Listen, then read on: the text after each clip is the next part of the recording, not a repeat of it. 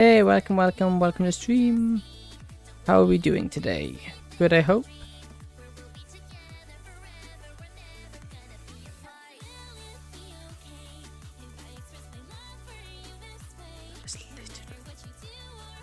Okay,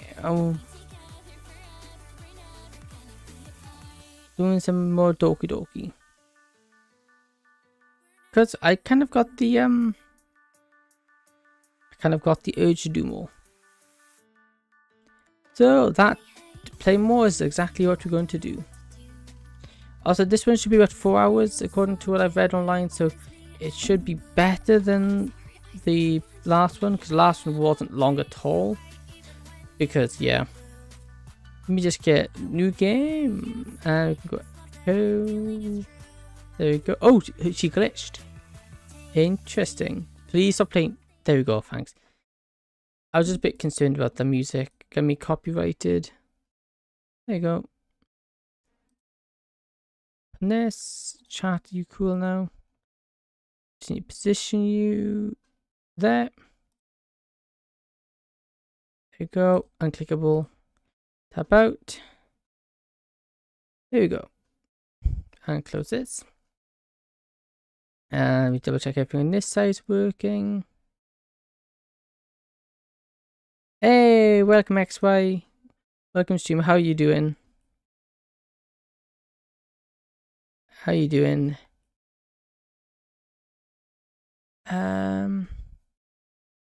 Is it here? Okay, cool. Now this is all good here. I'm fine. How are you? I'm doing good. Thank you very much. I'm doing very good. Looking forward to playing this mod, because this one actually has our choices actually have meaning. Our choices in this mod will actually have consequences. Why am I looking to the sky? Will actually have consequences, which a lot of them don't. So that can be cool. Let me actually shift my guy over a bit, just so we're not blocking the text. Welcome to Doki Encore. Before we begin, we need to ask you a few quick questions. Shori confessed to you in the base game. Did you accept the confession? If you click yes, you will be starting off on her route in this mod. If you click no, you won't start on her route. Let's go sorry, yes. Good, now there's Yuri and Aski. In the base game, you choose to spend weekend with one of them for the festival preparations. If you chose no in the last question, you leave a start off on Yuri's or Asuki's route in this mod, depending on who you choose next. If you choose yes on the last question, then you'll see how things will go then, won't you? Would you help Natsuki? Shall we begin, Echo? Every good story needs an encore. And so it begins. Ugh. As I begin conscious, I am greeted by a sharp pain in my forehead. This pain is almost unbearable. I stand up slowly, clutching my forehead in an attempt to nurse this stinging pain. What just happened? I groggily open my eyes. Oh my goodness, that's loud. Why is that so loud? You deafened me. What on earth? Where am I? What is this? I look around in all directions, but as far as I can see, there's nothing but black, empty space. Hello? Hello? Hello? Hello? I hear nothing but the sound of my own voice echo into the oblivion. How did this happen? What even happened? Everything was normal just until a few minutes ago. Up until suddenly I hear something walk towards me. I'm able to make out the dark silhouette. I think I recognize that outline. Hello? The figure finally comes into my view. It's Monica? Oh good, you're awake. But Monica? Where are we? What happened? Where are the others? What is this? Oh, you mean you don't remember? I try to remember what happened, but I no longer can. Everything is now a blur to me. No, not really. Well then, I guess whatever I tried to do must have caused you to forget everything. I guess my coding skills aren't quite up to scratch. Monica, what on earth are you talking about? How can you talk in space? There's no medium like air and water. Yeah, that's a very good point. Yeah, I don't know. What coding? You're not making any sense. Oh dear, I messed this up pretty badly. I guess I'll have to try to take us back then. Take us back? What are you talking about? Where are you taking me? To the beginning, silly. You need to remember something if this is going to work. Now just give me a sec. No, Monica, wait. What are you talking? Are you banging on my door? Hey. What? What's that shouting? Wakey, wakey, sleepyhead. Open my eyes. I see my door spring open as my annoying yet sweet girlfriend Sorry enters my room. Hey, don't run into my bedroom. Very startled, goes back outside and shuts the door. Sorry. Oh, sorry, always doing things without thinking. In all the years I've known her, she hasn't changed a bit. Even though the period of time where we drifted apart, it's still good to see the same person. Still, ever since we reconnected and convinced me to join the literature club, I've learned some pretty unexpected things about her. It was when last week I learned about her depression and her feelings for me. So I decided on that day I'd tell her how I felt. I told her I liked her back, and well, we're dating ever since. Why is she here anyway? Oh right, I guess it makes sense for Sorry to be here. Lately I've accidentally picked up on her habit of sleeping in. Dealing with the stress of everything in the last 2 weeks has taken a bigger toll on me than I first realised. Sorry has now made a bit of a habit of her morning routine to make sure I don't oversleep. At least she seems to be doing much better now. Wait, what time is it? I roll over to get better, look at my clock. Oh no, I'm going to be late. I launch myself out of bed and get ready for the day. And so another ordinary day of school awaits me. At least we finally have our first club meeting since the festival. While doing an abridged version of my morning routine, a wave of nostalgia hits me as I think about the club meeting we'll be holding later today. Hard to believe how invested I've become in the club since I first joined. But a lot of things have happened since then. I got a chance to get to know Natsuki a little bit as we prepare for the festival. I finally recall back to last Sunday where we spent the afternoon baking cupcakes. A smile comes across my face as I remember the icing incident. Then there was Sorry's confession and the fallout afterwards. After the festival was over, I honestly was so burnt out that I was tempted to skip the rest of the school week. Still, I think our performance at the festival were okay. We should be getting a few more people at the very least. If I haven't performed at the successful, I certainly had much more fun compared to last year's. Especially since I was able to spend it with Sorry and Natsuki. They wouldn't let me out of their sight for some reason. Echo. Are you almost done? We're going to be late. Hang on. Look in the mirror, see how I look. Apparently I'm too tired to really pay much attention to my appearance. That's all to do. You ready? Yep, come on in. So enter my room again. Hey Echo. She beams at me. Why do you have a fish with you? It's alright, you're looking great today. First starts to blush at the comment. Ah, thank you, you're too kind. Then frowns at my appearance. Echo. What? Custom art? Hey, that's so cool. Wait, she's so short. Look how short she is. Shorty. So he goes up to me and attempts to fix my hair. I blush as far fingers curls through my hair. Hey, come on, is this really necessary? You look like you just got out of bed. Or maybe because I kind of just did. How tall's MC? Quite tall. He seems tall. That or Sorry is short. I don't know. Sorry and I fall silent for a moment. As she continues, I can't help but be reminded all the times my mother would do this to me right before I was about to go to school. I always got embarrassed when she did, especially in front of other kids. How much sleep did you get? Considering everything that's happened the last 2 weeks, a lot. And I still think I need more sleep. So he looks a bit taken aback by my comment. Sorry, I didn't mean to wake you up so soon. Did I really come across as that rude? I know Sorry's still going through her depressive episodes, and how it makes her want to avoid being a burden on other people, especially me. Hey, it's not your fault, really, honestly. I feel a lot more rested now. Sorry's face returns to a gleeful expression. Well, that's good. I really need to be more careful with what I say around her. We sense a smiling? Okay, I'm gonna be late. It didn't occur to me that 2 weeks ago, even in my life, that I would ever... Okay, fair. That you didn't leave your house. It's something I always thought to myself as a what-if scenario, but I never really gave it serious thought until we started reconnecting. I think thanks to Reddit, she's 5.2. I don't know how much it is in centimeters. It seems little. Yeah, 5'2" is quite on the shorter side. Oh, no, no, that's about my height. So our main character is just tall. Good to know. I guess after spending all that time together, we're able to rediscover that tight bond we once shared. As the memories continue to swirl in my head, I suddenly remember we still have school. I snap out at my gaze. We should probably get going. Don't want to be late. Yeah, you're right. She says that slightly flustered. I can tell she'd rather stay here, but reluctantly we make our way downstairs and make our way to school. Yeah, I'll be back. As we walk, I can't help but catch glances in each other's direction. Only too quickly looking away and blushing. I mutter under my breath. Gosh, really together now, aren't we? Did you say something, Echo? Oh, nothing important. Warmth of a hug. Then to the cinnamon that made ooh cinnamon. I like cinnamon.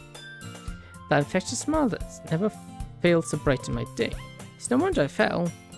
As soon as we can tell what, I keep thinking to myself about the next chance to really spend some time together. As soon as we arrive at school, the morning bell rings, making all the students scramble to reach their first period classes. Walking through the mass of the students, I can't help but remain reminiscent at some of the memories I've had restoring these halls. I didn't realize how much I missed out on enjoying the craziness in the hallways before classes until I was walking the story again. Some of the fondest memories each other watching all the shenanigans in the school hall. In hindsight, that's probably why our school started using hall monitors. Still, mall monitors or not, we always have something to laugh at. After a few minutes of navigating through the crowd, we finally get to Zoe's first class. So I guess it's my stop. Can but detect an ounce of disappointment in her voice as she says that. I can't blame her, especially after my little comment from earlier. It really sucks not sharing classes this semester. We usually see each other walking through the hallways between periods. Yep, guess so. Stand awkwardly for a moment. Well, I guess I'll see you at Literature Club, right? Zoe's disappointment was quickly erased by her usual cheery attitude. Hehe, yeah, I can't wait. Okay, turns out it's about 157 centimeters. I'm 9 centimeters taller than you, so I'm about 5.6. Yikes. I'm 5'2", so yeah, 5'3", yeah. So you, if I'm remembering correctly, I could be, I might be wrong, but I'm pretty sure that's right. You're 9 centimeters taller than me. Yeah, there's a lot of people taller than me. It's something I've come to accept. So and I briefly embrace each other. See you later, Echo. We release each other, the warmth escaping me as we go our separate ways. The school day is as ordinary and boring as ever, listening to the same old teachers teaching the same old things. Eventually my torment comes to an end as the final bell rings throughout the school. That means it's time for the club. As I leave my class and walk through the door, I see Troy standing outside. Echo, ready to go? Yep, let's go. We head off to the club room. We go up through the familiar set of stairs and distant corridors that lead straight to the club room. I've been wondering all day if anyone new would stop by today. We've got a whole week away from the club after the festival though. Marcus still expects us to spread the word around about the club. I'd say our performance at the festival was pretty well received. A lot because they want at least 6 foot, so that's a big downside in the dating world. Do you know what? I don't care about the dating world. There's it's so superficial in my opinion. It's like there's so many things. You gotta be this, you gotta be that. Why does that matter? As long as you get along, that's what should matter. But no, I won't get off on that tangent. But yeah, 6 foot. My goodness, I'm a few feet short of them. I'm a little bit shorter than that. Plus, if I was tall, I would have a really bad head. I'm clumsy enough as is. The amount of doorways I'd walk into would be, or door frames I'd knock my head on would be a problem. So I'm glad I think I'm at a good height. Not too short, but not too tall. Not to mention, we had pretty good turnout for our event. The audience seemed to love our performances. Though I'm just glad I didn't end up embarrassing myself. Truth be told, I still feel somewhat guilty for using a poem I found online. Especially considering the others took the time and effort to write their poems for the festival. Not long after my train of thought ends, we arrive at the club. I look for the door and to see the sign up street is no longer there, so I'm taking that as a promising sign. You think anyone signed up to join, Echo? Only one way to find out. I gently opened the door. Agreed. Also, the girls are expensive, and I never want to walk in doorways. I don't like boys. Fair. It can be expensive. Yeah. I don't like this sentence. I gently open the door, because whenever we use that in the past, it goes really bad. Okay. So whenever it says that, yeah, whew. Yeah, I'm the same as you there. Very much agree. But it shouldn't have to be expensive. To find that the usual scene we've become accustomed to over the last 2 weeks is the same as ever. I see Yui reading her book in her usual spot, and Natsuki in the closet organizing her manga. I glance around the room, but no sign of Monica. So I meant hit the door with my head. Yeah. Yeah, I understood it. No, don't worry. Yeah, that's not fun. I've stubbed my toes a lot. I've fallen over my own 2 feet, and I've fallen both upstairs and downstairs a lot. Although I've fallen up the stairs more than I've fallen down the stairs. Still not very pleasant. I glance around the room, but I see no sign of Monica. Hey guys, Yuri says a book down on the desk. Hello, Echo. Anybody new stop by? No, not yet. Just me and Natsuki. Monica hasn't even shown up yet. I thought she would be here by now. Natsuki must have overheard as she walks up and joins the conversation. She's probably sulking that nobody decided to sign up. Natsuki, maybe you should be a bit more understanding of Monica's feelings. How can you fall upstairs? Well, I'm walking up. I put my foot on this. Why am I trying to show? I'm raising my hands up to show what I mean. But obviously you can't see my hands. I'm walking upstairs, and as I step on it, I step on the edge of the step with just the front of my foot, and I don't have enough grip because I wear my flip-flops. I don't have enough grip, so instead of stepping up the step, my foot slips from underneath me as I'm walking up the stairs. And I have done that more. For some reason, I step really close to the edge of the step, and paired that with where my flip-flops, my feet just slide out from underneath me. Not a fun day. But it's like Mado decided to sign up. Maybe you should be a little more understanding of her feelings. The festival did mean a lot to her after all. I know that, but I still don't see what's the big deal of getting new people. I'm fine with what we have right now. I am too, but try to be a little more considerate when Monica comes in. Wait, nobody even signed up? Nope, at least that's what I got from seeing Monica around today. She looked rather down, but I frowned upon hearing this. Aw, poor Monica, we should cheer her up. Cheer me up how, sorry? An all too familiar voice sternly asks. Oh no. We turn around and see Monica standing by the doorway. She enters the room, her footsteps are heavy. Judging by the look on her face, it's easy to tell she's looking rather dejected. Yuri, sensing the incoming tension, quickly attempts to hide behind her book, while Sorori, Natsuki and I stand there dumbfounded. You go up the steps, I just double jump to the next floor until I need to get where I need to be. That is also one way to do it. I haven't been able to master the double jump myself. Although, maybe it's not for me. But you all look just as surprised as I am as Monica's sudden entry. Oh, hey Monica, we were just, all words escaped me in this situation. I look to the others to bail me out of the situation, but nobody has anything to say. Monica sighs deeply, trying to steady her breathing. It's alright, Echo. Everyone take a seat. Everyone takes a seat in the front row as Monica looks on. Monica starts slowly pacing the floor in front of us. So it's true, despite the reviews we got at the festival, no one signed up to join our club. He shifts to an awkward in the seat as if Monica was directly addressing her. Just how much did she overhear? Which in of itself is unfortunate. We put in a lot of effort into making this club look its best at the festival, and it's all for nothing. Everyone avoids making eye contact with Monica, wanting to avoid her disappointed gaze. We tried our best, and in the end, we couldn't attract even one new member. Maybe if I did something different, we would be better off. This is my fault. I exchanged a look with Yuri and Natsuki and Sorori in an attempt to figure out what we should say. pretty clear to all of us at this point that Monika's really hung up over this. After a moment's silence, Natsuki's the first to speak up. Hey, Monika. Monika turns her full attention to Natsuki. Audibly guilt, but shockingly keeps with what she was wants to say. It's not your fault we couldn't get anyone new. She goes right, seemingly trying to fight back tears. We did everything we could to make the event great for everyone. And to be honest, I kinda had fun preparing for the festival. She shoots me a quick side glance. I know exactly what she's referring to. She's not happy.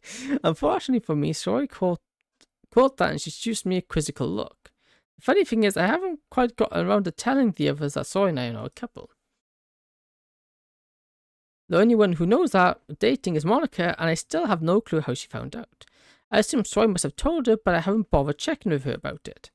Saving me from further embarrassment, Yuri is the next to speak up. Yes, I guess we did have fun making the banner.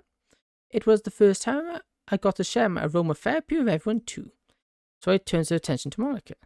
Monika, Natsuki, Natsuki and Yuri are right. There's nothing we could have changed. We made the event as fun as we could, and even though no one joined, that's not so bad. We still got to hang out and have fun, just like we always have.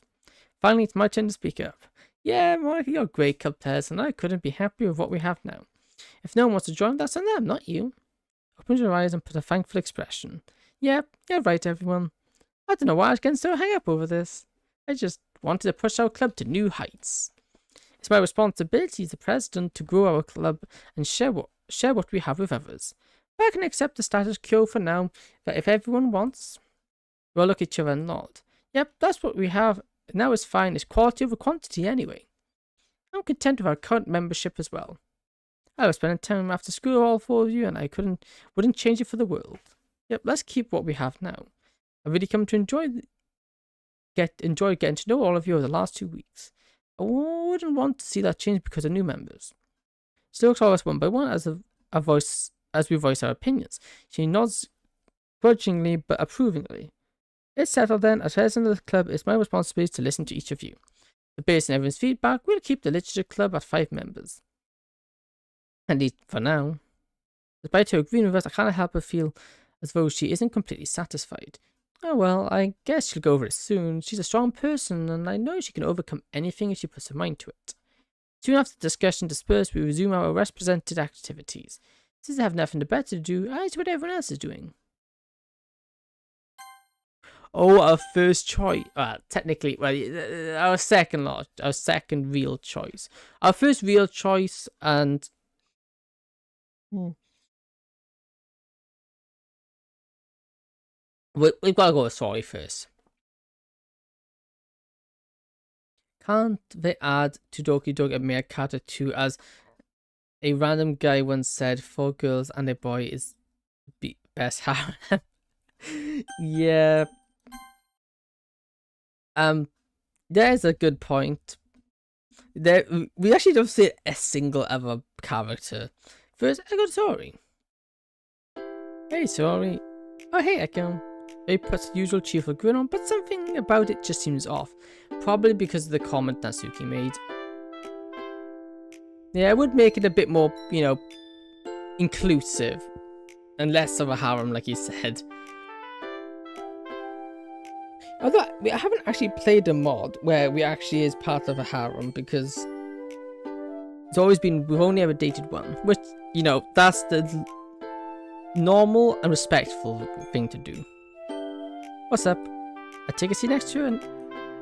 Oh, same old. She smiles sadly at me. Sorry. She hasn't her rain clouds again. I gently place my hand on her shoulder. If anything's bothering you, can talk to me. I'm here for you.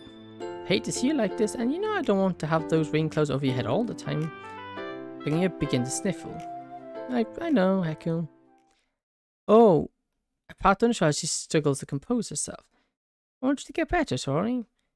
It's what matters the most to me right now. Miss Parsoy, stop sniffling. I just don't want this to be a one-way street, Echo. It's not. Why would you think that? Well, you've already done so much for me. What have I done for you in return? So I don't think you're looking at this the right way at all. Eh? Look, I know this is new for both of us. But the way I see it, we're in it together for as long as we can. Just know if I have someone to turn to whenever I feel down or need a smile on my face. For me, that's all I need right now. And we've been doing that for as long as we've known each other anyway, so I don't really think much has changed between us. Yeah, guess you're right. Are we still at the broken mod? No, this is a working mod. A working mod which is dependent on our choices. Yeah, this mod now, it's a mod that your choices actually have, too bad, yeah, your choices actually mean stuff. Your choices just aren't, you don't get back to meaningless numbers. Almost like 200, I know, it's really cool. Really looking forward to hitting 200. It's surprising because it's good to keep track of, because it shows how much I'm actually growing, because when I originally started, it took me, when did I hit to 100 subscribers? It almost took me just short of 1 year. And now we've almost hit 200 in half a year. Which, and now I say it out loud, it's not great, but it's faster. I am growing. I am also trying to publish more videos and whatnot as well. I haven't done too much editing. I've got a big backlog of Doki stuff to edit. I've also got a Trackmania video to edit. I also have a mini motorway episode I recorded and edited. That just needs to be published. So I'm just trying to get more videos out, because although I'm streaming a lot, I want to also get videos out, because that YouTube tends to push some more.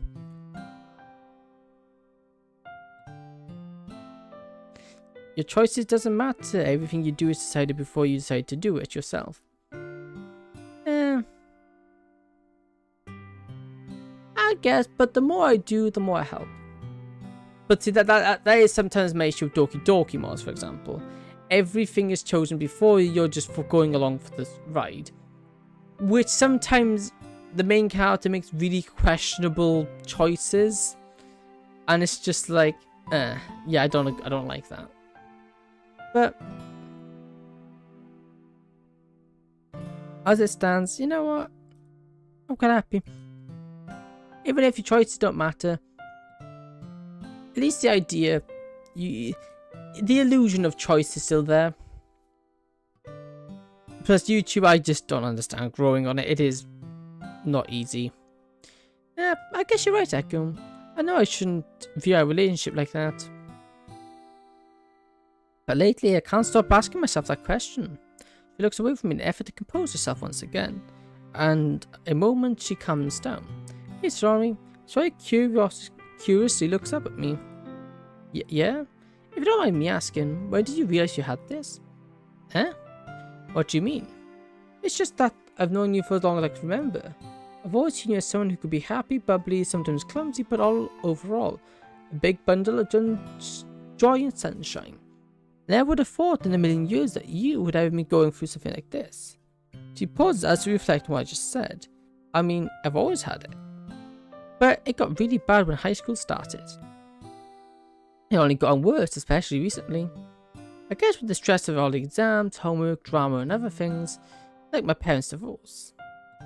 And just missing out and spending time with you. My heart deflated to hear this, and I thought that spending less time with Sawyer over the years would have this kind of effect on her. I feel stupid. I guess it finally took a toll on me at the point where I realized I had this. Throughout my entire life, I've always felt that everyone would be better off if I didn't exist. No matter how hard I tried to give people my happiness, my time and my energy, just nothing ever felt like it was worth it and they didn't need me to be happy. I came to realize if I ever opened up about how I really felt on the inside, then people would spend all their time trying to make me happy. And I'd just be a weight on their shoulders. They'd have too much to do, and I don't want to add to their stress. That's what I thought when we had kind of drifted apart and high school started. You had too much on your plate, and you being around me would be a distraction for you, so I always had to muster up the courage to even try to speak to you. I feel an overwhelming sense of guilt overtake me. Sorry, hold both her arms and look into her eyes. I'm sorry. You have nothing to apologize for, Echo. I do. if I put you before my hobbies, if I showed you more of I cared, maybe things would be better. I promise you, I'm gonna make this up to you right now. The tears begin to begin as they drip onto a tree. Okay, there's nobody else in the club room see this going on. Why is no one else in the club room, you know, commenting on this? Don't feel guilty for the way I feel, Echo. How can I not? I let you get worse. I have realized how much my actions might have affected you. I wanted to ask, can you raid people at the stream, or is that locked until you get a higher number of views? Nope, I can raid people. I can do that now. I can raid any people as long as they don't have restrictions, because some people have it so you have to have X amount of viewers to raid. So let's say you have to have 100 viewers to be able to raid them, because otherwise it means smaller creators. For example, I could then raid someone with like 100,000 active viewers, and then obviously then I'd get all that viewership, which I'd get all that exposure, which, yeah, it depends on the viewer, but depends on the person. But I can raid anyone as long as their settings allow it. And I realized how my actions might have affected you, so going forward I'll try to be different for your sake. Okie dokie, or you could say Doki Doki.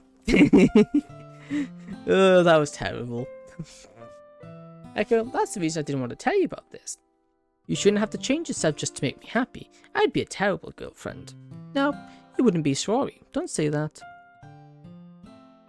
Ray hugs me tightly. I put my arms around her and close my eyes. I can feel my heartbeat beat and sing her stories. Now I'm going to say to the okie dokie. Fair. That's still good. I feel the warmth of her body radiate onto me. As emotional as we are right now, this is nice. We'll like some time before we hear a commotion from the closet. For goodness sake, Monica! Monica and Yuri let out a small giggle at Nasuka's apparent misfortune before going back to their respective activities. Sora and I turned to each other, both shooting each other a concerned look over what just happened. I'm gonna go check on her. She wipes away a tear and gives me an approving nod. I get up and carefully approach the closet. Oh no, what are we going to see? I hear Nashi rummaging around in the closet. Natsuki? I ask ever so cautiously and as soft as I humanly can. I will stick to not talking about games in public. You know, I honestly don't care. When I go out, when I'm out talking to my friends, it's either we're talking about games or anime, usually, or life stuff. But you know, games and anime is quite a big thing we talk about in public. It doesn't bother me. If people want to judge me for it, they can judge me for it. I couldn't care less. Natsuki turns towards me with a fiery expression in her eyes. Yeah, she's ready to kill someone. What? The frustration in her voice takes me off guard. I need to calm down before this gets out of hand. Hey, I just wanted to see what's going on, that's all. Seems to have calmed down a little upon hearing this. Ugh, I can't find volume 12 of Par Figures. Everything's been moved around again. Do you want me to help you? She seems slightly offended at my suggestion. No, I got it all under control. I don't need your help. Idiot. Her voice shields off. You sure? Yes, I'm not a kid. I can handle myself, you know. I'm reminded of me last Sunday and how she managed to carry all the cooking supplies from my house to mine. Yeah, that's true. Maybe she can handle this by herself. Suit yourself. Oh, we just leave. As I head back to the front room, I can hear Natsuki's exasperated sigh followed by more of her yelling. Baka. What? I never get to understand Natsuki's weird logic. And she just called us an idiot. We're walking out from the closet and we're abruptly stopped by Yuri. That's odd. She doesn't usually approach me first. Oh hey, what's up? Hey Echo, how are you doing this afternoon? I'm doing alright, how about you? I'm doing great. I just finished reading this chapter of my book. I was wondering if you'd like to maybe read it together sometime? Her confidence falls apart and she's no longer meeting my eyes as her face heats up with embarrassment. I guess it's up to me to assure her. Yeah, I'd love to do some reading. Right now? Her voice rings with excitement. Whoa, where did this come from? I don't know if we have time for that right now, but maybe tomorrow we... But you're not doing anything right now, are you? Well, she does have a point there. But I must admit, it's surprised to see her being this forward. And I really feel like I should be getting back to story. My thoughts are quickly interrupted by Monica calling the group. Okay, everyone, poem time. Oh my goodness.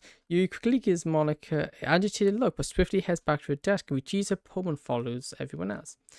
As I'm getting my poem, I curiously look off in Yui's direction, who is avoiding making eye contact with anyone. I guess it takes a lot for her to talk to someone. She isn't one for social interactions. She must really want to talk to me, considering we rarely gotten the chance to really get to know each other in a meaningful way.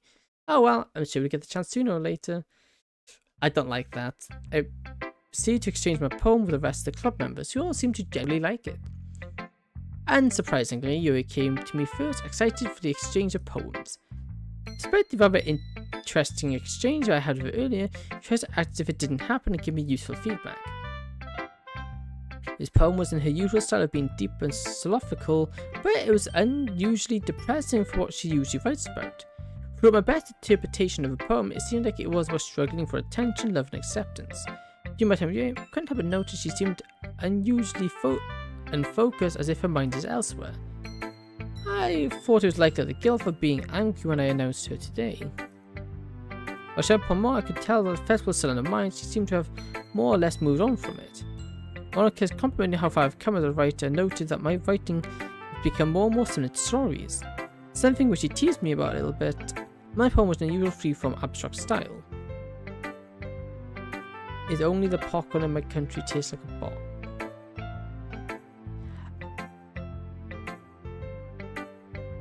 Oh no, I had I went to the cinema week before last, I think it was, and we had my mate had some popcorn. He's like, "Oh, do you want some?" And I'll tell you, cardboard would a box or cardboard probably would have tasted nicer. It really wasn't nice popcorn.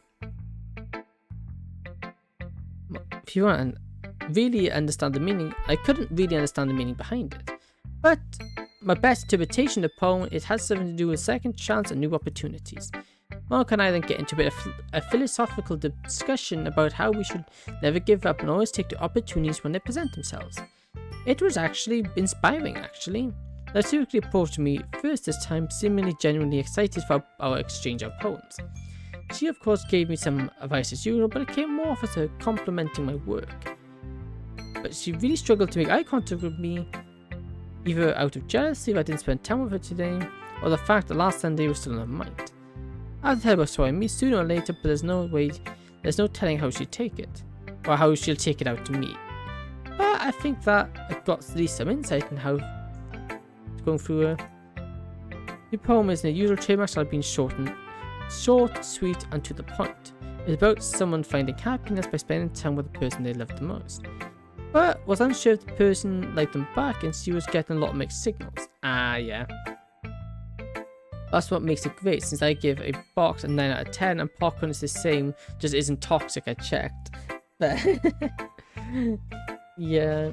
Not saying that everything is toxic if you eat enough of it. Sorry poem was actually rather romantic, something that I wasn't used to seeing her write about. It was about a girl who finds someone's able to make her feel something other than the loneliness and depression.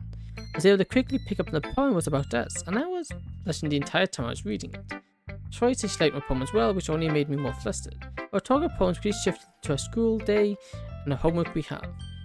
Almost lost in her several times we going on about her day. If things could always be like this, I could die happy. Okay everyone, I think that's the end of today's meeting on a high note. Club meetings tomorrow, same place, same time. Also, I miss our meetings so much. It's definitely nice to fall back into our routine. We begin cleaning the room while discussing ideas for what we can do at tomorrow's meeting. There's more toxic when most food, since you can only eat very little. I also look on it. Also eat it like a page of a book a week. Interesting snack choice. Very interesting snack choice. I finished packing my things. I feel a tap on my shoulder.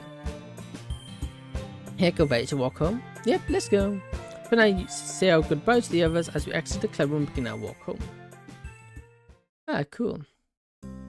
Being walk home, I see Troy catching glances at me every few minutes or so.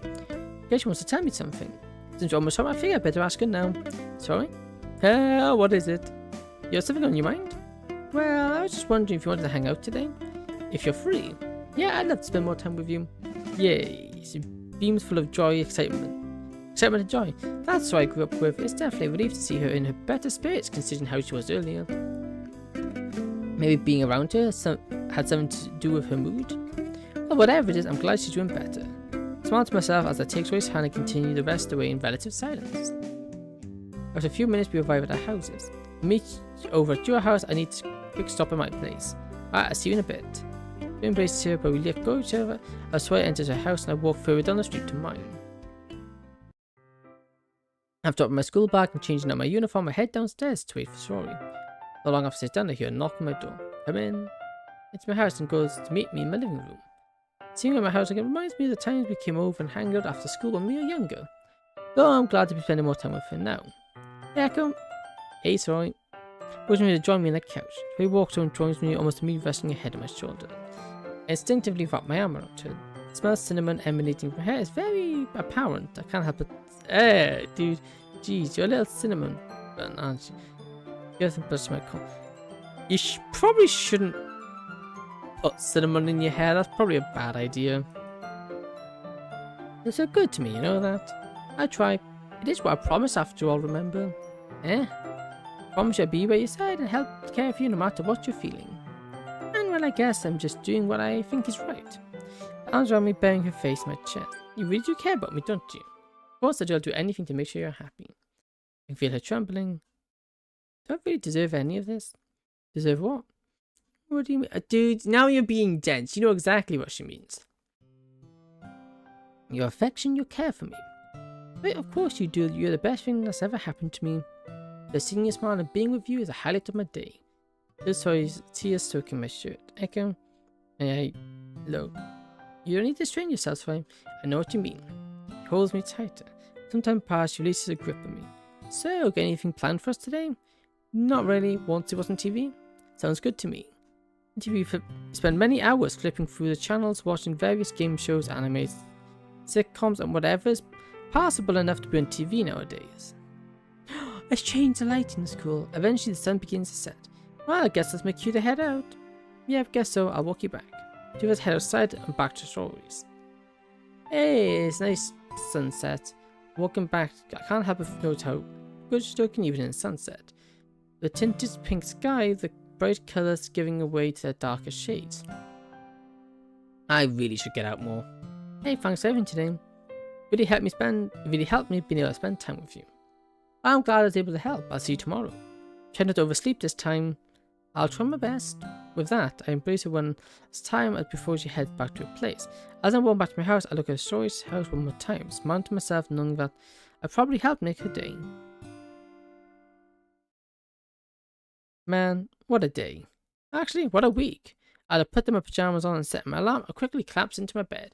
I think I'm getting better at handling Zoe. She's certainly full of surprises. One minute she can be cheery in her head, and the next thing she has self-doubt. Well, we've only been dating for a week now. Guess we still have to adjust to the new reality of being in a relationship. I'm glad I decided to check up on her early in the morning before the festival. Oh, we actually checked in the morning. Knowing how she was the day before, I was afraid she would have done something rash. Thankfully, I guess the feeling was just in my head. No, it wasn't. Surprisingly, she was ready by the time I came to check up on her. Still, I can't believe my dumb luck.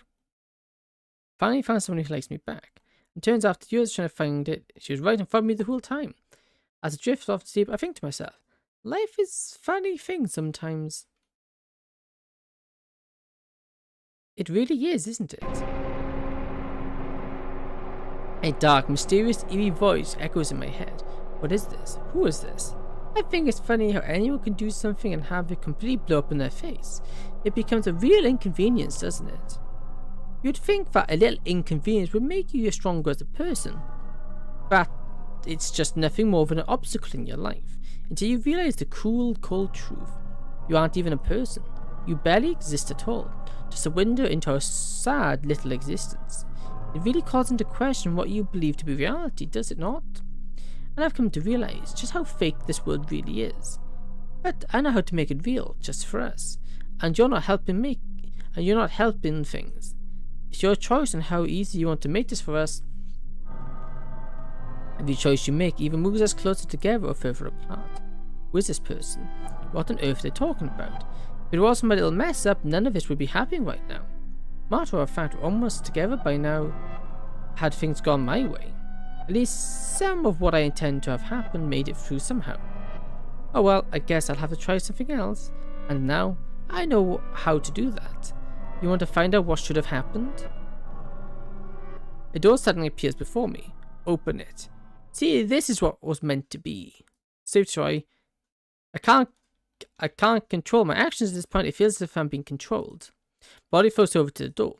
Oh man. I gently open the door. Yeah, okay. It's the story scene. What on earth? What on earth? What is this? Is this real? Is this story? No, she wouldn't. She would never do something like this. No, this can't be. It's just a bad dream. I'm having a bad dream. You're lucky. You're lucky this is a dream. This is what ultimately should have happened. But reality changed, and she lives for now. You're putting me into a box by spending time with her. Do us both a favour, stay away from Sorori. Let her die. She's not worth it. Let her suffer.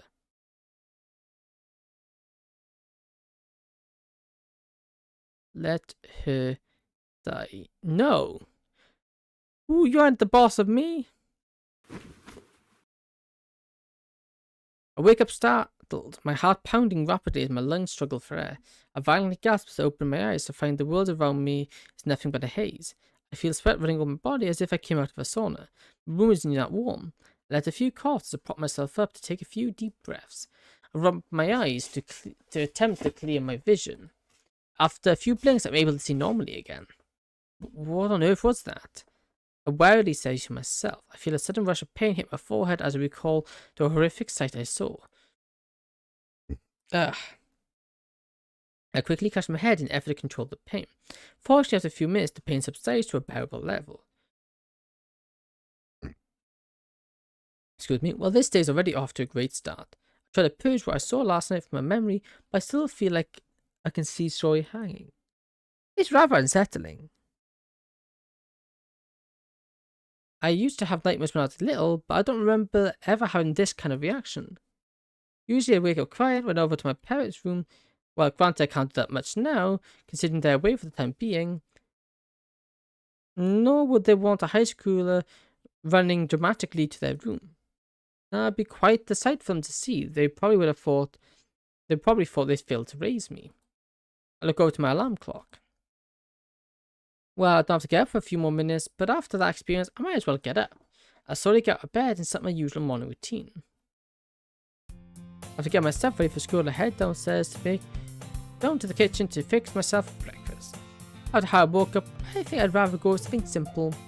I reach for the kitchen cabinet and grab my favourite brand of cereal and quickly grab some milk from the fridge. I sit down and try to wrap my head around my nightmare. To die. I scoff to myself. What on earth is that supposed to mean? Who is her, Sorry? Why on earth would I do that? More importantly, why would I let anyone die? I honestly don't know what was worse, the voice or what I saw. Just thinking about the voice sends another cold shiver running down my spine. It was distorted, I couldn't quite make out who was talking. But I could definitely tell it was a woman's voice that spoke to me. But whoever was talking, it sounded like they were going insane. Maybe I'm the one going insane. Why am I sitting here trying to interpret this random dream? It's not like it'll happen again. Look at my watch. Oh shoot, I'm gonna be late. Quickly eat my breakfast, rush outside to meet Sorry. As soon as I step outside, I feel a cold, gentle breeze flow through my hair as if the day were greeting me. Granted, everyone had wind blown in their face before, but this time it feels welcoming. That'd be the first time that Mother Nature ever welcomed me. Though it's slightly cooler than yesterday, because of the breeze, it's definitely I can't manage. I just hope I can get it off my mind, the lingering effects of that dream as soon as possible. As if the world was listening to my prayers, out of the corner of my eye I see Sorry coming towards me. Hey, so... Oh! You didn't get me! Ooh, Okay, I predicted that. Fame pulls me into a tight embrace. A blink of him just to make sure what I saw wasn't real. Ah, sorry. Hug attack. Chloe squeezes me tightly. And the normal circumstance I'd be groaning and telling her to let go. But not today, not because I don't like it because she usually do it when I'm not in the mood, especially in the morning. After what I experienced last night and just now, I do my best to brush it off and reciprocate with a hug of my own. So I quickly realizes my reciprocation. Echo, you're hugging me back? This early on a Tuesday? While I'm giving the world famous hug attack? Well, I didn't know they were world famous, but imposter quickly breaks free of our embrace. Oh come on, the one time I actually hug you back doing one of your hug attacks and you think I'm a completely different person. Just gotta make sure you're still you, Echo. We're gonna go play this game now too? Yes. Let it go. Alright, what's the question? What was my favorite thing about the festival this year? The food. Answer jokingly. Meanie. You know the real answer? A small chuckle. Being able to spend it with me. Yep. So what's my prize? Usually if I answer Tori's question, she'd give me a little prize. We did it ever since elementary school. Thought it had gone old by now, but apparently not all the stories go past 5th grade. Well what? Come on, you know the rules. I got it right, so you have to give me something. No, I sound like the 5th grader. Thanks, sorry. He suddenly walks up to me. Close your eyes. What? Why? Pretty please? Alright, fine. I'm gonna get slapped. I comply with a strange request. No peeking. Why would I... Chew. What? Come on, Echo, we're gonna be late to school. She starts skipping down the sidewalk as if nothing happened. For a moment, I'm left starstruck and dazed. It was the first time another girl other than my mother had kissed me on the cheek. Wait a minute. I come to the sudden realization Sorry has set all of this up. Not bad, Sorry, but we both know who's really better. Hey, wait, Sorry, get back here. Stop running after her. So I'm to be blissfully unaware that I'm barring down the sidewalk to catch up to her. Sorry. He turns around to see me. I'm gonna get you back for that. You have to catch me first. You know that I usually do. You forget who's the master at tag again, didn't you? Wait. Yeah, Echo's gone to get you. You can't run. I playfully end up changing story the rest of the way to school as the rest of them watched on with a mix of bewilderment and amusement on her face. But I didn't care. I'm just glad I was able to be like my younger self sometimes on story. She never really fails to bring out the side of me she wants to. And surprisingly, we went all the way to school and we ended up arriving to school relatively early. To help pass time, Sorry and I walked up and down the empty hallways where it was just mostly trying to recover from earlier. So we just worn ourselves out. I'm still silently processing the fact that Sorry somehow managed to pull this off. Sometimes I forget behind the innocent sweet act is someone who's truly capable of being sneaky and making it work when she wants to. It's good to see that part of her hasn't changed. I have to keep my eye on her. Not that I should have any problems doing that anyway. I have to admit it, Echo, you're still the fastest person I know. Ah jeez. I'm nowhere as fast as I used to be. True, but even now you'd be great for the track team. I think being in one club's enough for now. Not to mention I was never really the sportsy type. But you'd be so good at it though. Well, if I put my controller down or outside, then maybe. But going outside isn't on my schedule for a while. Echo. Oh, there goes the bell. Just as she's about to finish retort, we heard the bell ring throughout the school, signifying the start of another day. Well, I guess that discussion of my exercise routine will have to wait for later. She had a small giggle. Alright, see you later after class. Can't wait. She didn't get up close to me like she did earlier. Does she want me to? Are we at that stage of relationship? I feel my heart beating out my chest as I lose all ability to coherently function. Close my eyes again. Being sorry. Whoa, you guys are a thing. Alright. See you guys walking past us on the hallway. Oh great. It's Keith. So he backs off and tries to act as if nothing was happening. Hey, bugger off, Keith. Aren't you still trying to make that mixtape? One of your terrible Nyko remixes. I see a look on his face completely drained. Come on, Echo, let's cause real music. We both know that. Now because real music from our generation is messed up. Keith gives me a bewildered look, but doesn't tease further, clearly trying to give us space as we walk further down the hall and turn the corner. Ah, Keith. Interesting guy. Turn back story as he has a very disappointed look on her face. I guess we need to be a little more careful about when we do these things, huh? Come on, Echo. What? What do you have against Keith? Nothing. We have different tastes in music, that's all. We handled the music at the festival last year when we were first years. His remix was so bad it ended up going home early because it couldn't stand it. Aside from his quirks and occasional moments of cringe, he really isn't that bad of a guy. We just have that sort of relationship, sorry. We kind of have ours. I see. Well, I'll see you later. Yep, later. We briefly embrace each other before scurrying off to our classes.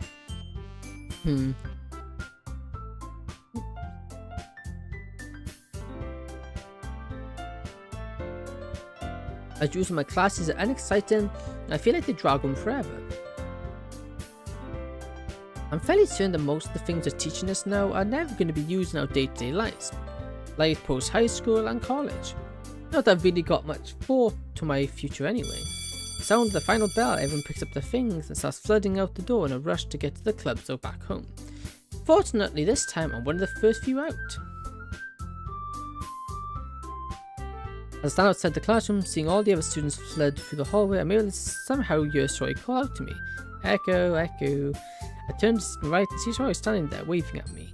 Yep, that's definitely her. I walk over and join her. Hey, Story. Hey, Echo. You definitely seem to be in a good mood. That's because it's time for the literature club, silly. And because I can't wait to spend more time with you. You just smile form across my face. Well, let's go.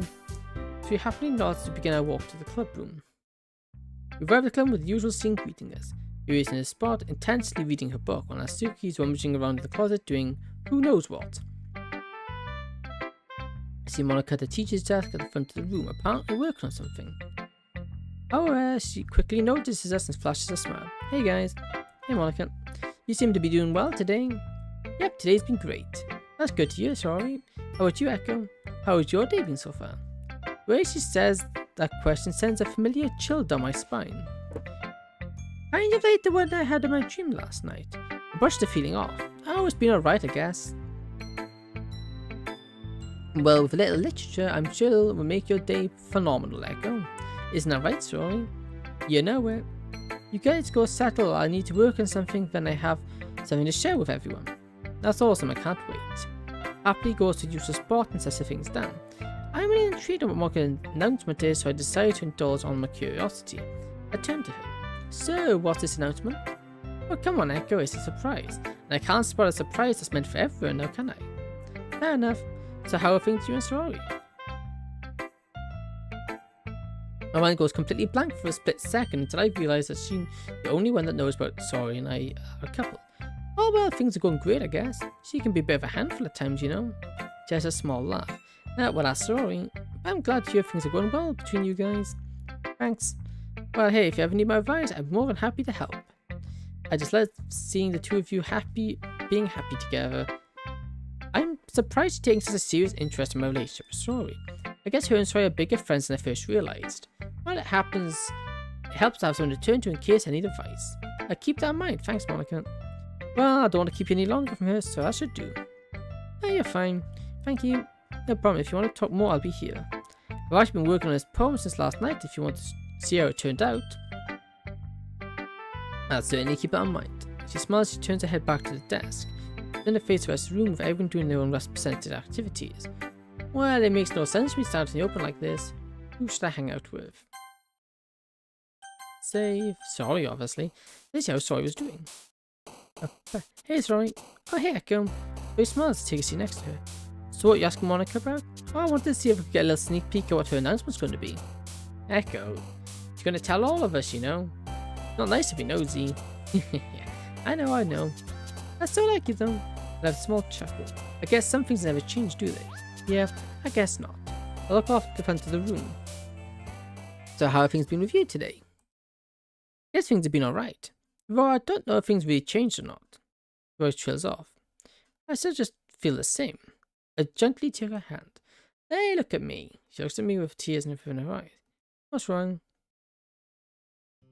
I don't know, Echo. What do you mean? No, nervously swallows. I thought I'd be much happier now since we're together.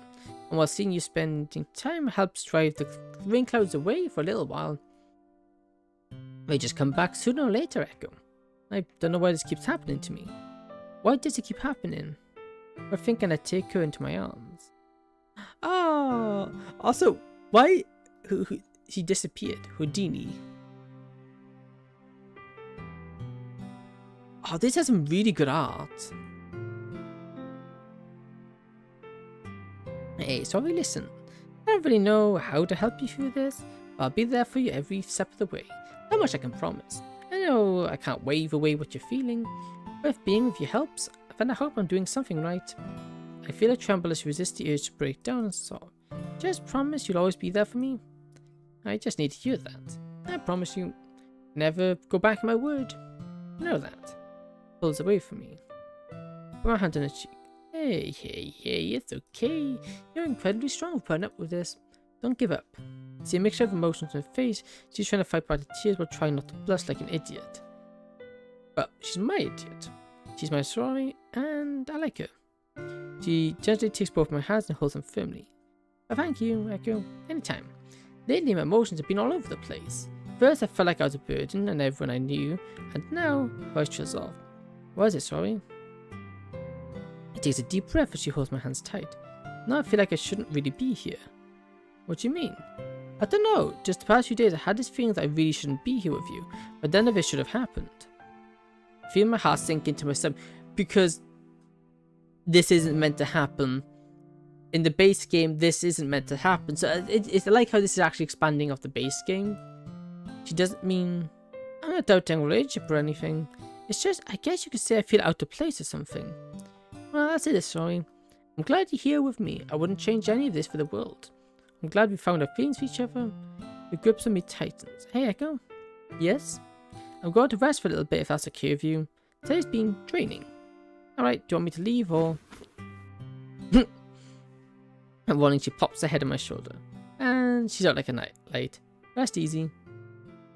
I mutter softly. I can't help but notice how cute she looks when she's sleeping. Well, I may as well take the opportunity to get some shutdown myself. Never in a million years did I think I'd end up with someone like Story. A guy like me and a girl like her. What are the odds? Speaking of findings, there's no way the others would have noticed. There's no way the others haven't noticed us. Quickly crack open my eyes. Look around the room. Yuri still seems in a book, Monica seems to be typing on a teacher's computer, and Natsuki is in the usual spot under the window still reading her manga. There's no way they haven't at least looked up and saw us like this, or we heard what we were saying, since we weren't really being quiet to begin with. Suddenly Monica stands up and walks to the front of the room. Okay, everyone, gather around. I've got an important announcement to make. Suddenly Monica and Natsuki's eyes turn to me and Story. Really confused as what's going on, turns around. Only see Monica and Natsuki staring at. Thankfully, she dozed off while we were like this, otherwise she'd be incredibly embarrassed. All three of them looking at us, a bit irritated, almost jealous expressions on her face. Great. Well, it's up to me to salvage the situation. Hey, sorry. Gently nudge her. She raises her head to look at me. Wake up, dummy. Well, 5 more minutes like this, please. He puts her head back on my shoulder. I just can't win today. Well, can I see? Can you all look off in different directions, trying to avoid making the situation more awkward than it already is? Monica has an announcement to make. Come on, let's not make her wait. Okay. Sits up and stretches. But she quickly sees the situation we're in. Immediately her face matches her bow. Oh, sorry, always putting us in these awkward situations. Oh, sorry guys, I was just... Huge cry, a warm smile. It's alright, come on. She gestures for us to come towards the front of the room. While I'm away in front of him, Natsuki gives a friendly punch in the arm. Ouch! What's that for? Nothing, dummy. He mutters that softly and avoids eye contact as she briskly walks past me. Well, that was random. I just hope she isn't jealous of me enjoying getting so close like that. Hopefully then she wouldn't put me in the hospital. Oh well, yeah. We'll take our seats at the front of the room, with Monica standing in front of us. Okay, here's the news. Next week, the student newspaper and photography club are going around and doing profiles on all the different clubs. It's part of the biannual Meet the Club piece they do every semester. As of now, they're scheduled to meet with us to do their piece next Monday, so I was hoping we could think of something we'll do to show off the club. She audibly groans. Is that going to be like the festival again? She's a little taken aback by this, but she seems to shrug it off. No, not really. We won't have to be performing for anyone this time, and I certainly don't think we need to put the same level of preparations for this compared to the festival. I would appreciate it if we could at least come up with something nice to show off the club. Everyone takes a minute to collect their thoughts. The moment of silence followed. You is the first to speak up. Is she sleeping? No. You know, I did happen to keep the welcome banner we made for the festival. I need to find it. It's somewhere in my house. I wouldn't mind baking cupcakes again. Turns out Echo isn't that bad of a cook. She says that directly looking at me. Suki certainly isn't letting what happened between her and Sori go. I tried to move past the sudden awkwardness. Yeah, I wouldn't mind that, Nat. She looked at me with a puzzled look. Nat? Where did that come from? I don't know, I thought it'd be cute if I gave you a little nickname. Not when Suki would shoot me an irritated look before proclaiming to everyone she's cute. This time it doesn't even look like she knows how to get mad at me. Press the pub, I can tell she's forcefully trying to hold back a grin. Are you implying that I'm cute? And if I was? It looks off in our direction, only becoming more flustered. After a minute, she turns back to face me, not able to contain her grin. I'll let that slide, just this once. She gives me again the same critical glance she gave me yesterday when Natsuki brought up what we spent together last Sunday. Sooner or later, I'm going to have to resolve all of this with Natsuki and tell her that I'm with Sori, as well as tell Sori everything that happened between me and her on Sunday. Hopefully, I'll put the mind to rest. Thankfully, Mona comes in seemingly to save the situation. I can tell similar to you what we can do on a day-to-day basis and write something down for what we can all tell the newspaper. Oh, I know what I can do. Everyone turns to Sori. I can go to the library and get some books for us to read. I think it'd look good when I take pictures of us. Great call. As for you, Echo, do you have any ideas? I take a few months to think to myself. Suddenly I get an idea. Well, I could bring in some famous poems that we could use for photo ops.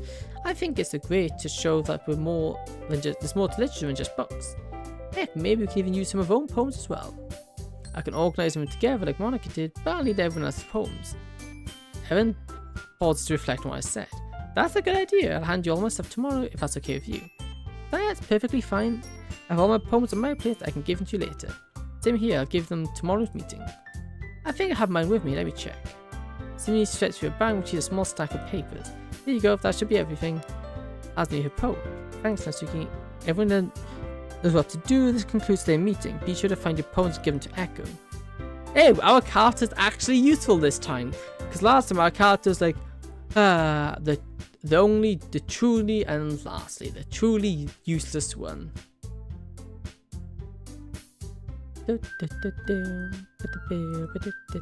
Everyone begins packing their things, mostly talking about their levels of excitement for the upcoming event. I had to think to myself, this probably will be the first time I've ever been interviewed by a school's newspaper for anything. I know Mark has been interviewed before, and somehow Sori has been interviewed before as well. But I guess for Natsuki and I, this will be our first time.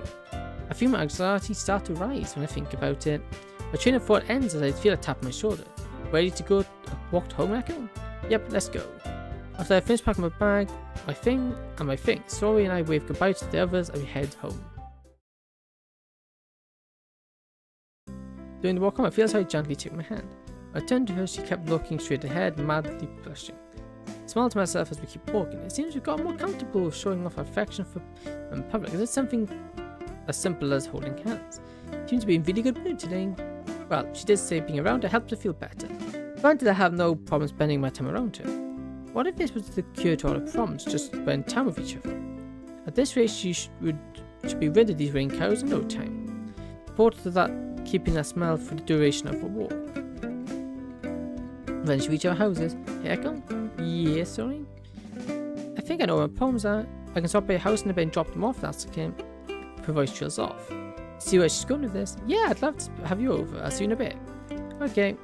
I briefly invite her to head back to our representative houses. Hope she can stay a little longer this time. I drop my bag in the middle of the room and change up my uniform. I begin to look for the messy stack of papers on my desk in an attempt to find the poems I wrote. I hope I didn't accidentally throw them away. Come on, gotta be here somewhere. Ah, there they are. Pull my poems out of the stack as I organize them a little. Reading through them, I see how far I've progressed as a writer. My more recent poems have certainly become more developed and structured compared to the first ones I wrote. I was reminded of the inspiration behind all of them, my dear Sori. Just thinking about her aloud gives me the power to through this enormous task. I guess that I'm writing for after all. Put down my poems and begin to retrieve Natsuki's poems, which I put next to mine. I noticed in Tori's stack of poems there's a pink piece of paper. I don't remember her writing anything on pink paper. Maybe she accidentally gave me something? Before I could investigate further, I hear my doorbell ring. Wow, she's a lot quicker than I thought she'd be. Go downstairs to let her in. I open the door to see Tori standing outside with her poems. Hey, go, I found them. He proudly hands them to me. That's awesome. Thank you, you're the best. Rest is my compliment. So, wanna come in? Yeah, I'd love to. Awesome. I'll let her in my house. Put the poems on the dining table and join her in the living room. So, what exactly do you want to do? I definitely got more than a few ideas in mind.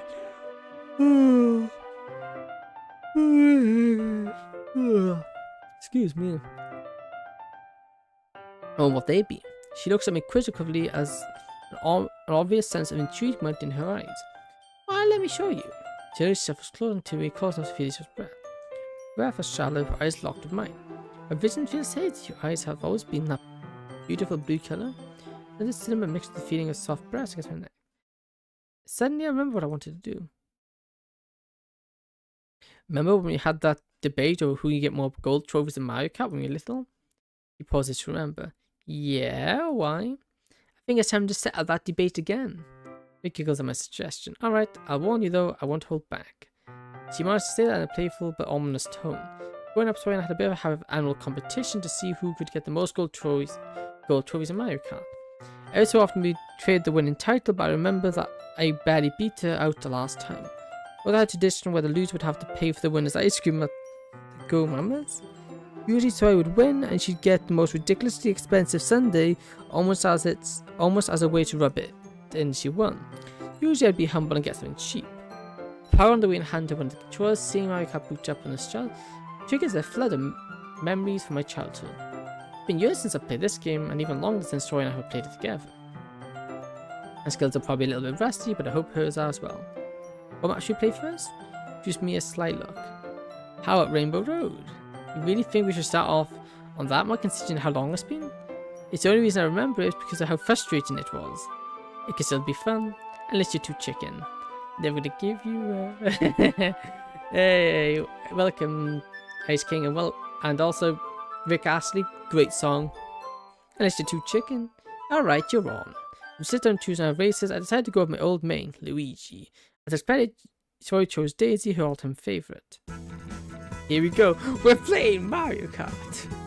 Good luck, Echo. The race is off. The first thing I do is fall off the map with Tori following quickly behind. Now do you see why I always hated this map? Yeah, but this is still pretty fun. A small smile formed across my face. Mario Kart, let's go. Yeah, exactly. So I was always able to find joyous moments in almost anything. While early on, Sori and I trade leads from first place. After a while, I'm able to stay in first place fairly comfortably. Of course, that means I've been getting bombarded with our shells. Why do you have so many red shells? The farther you are from the first place, the better items. The further you are from first place, the better items you get. Oh yeah. I need to play this more. Feel less like as she throws another red shell that nearly hits me. Nice try.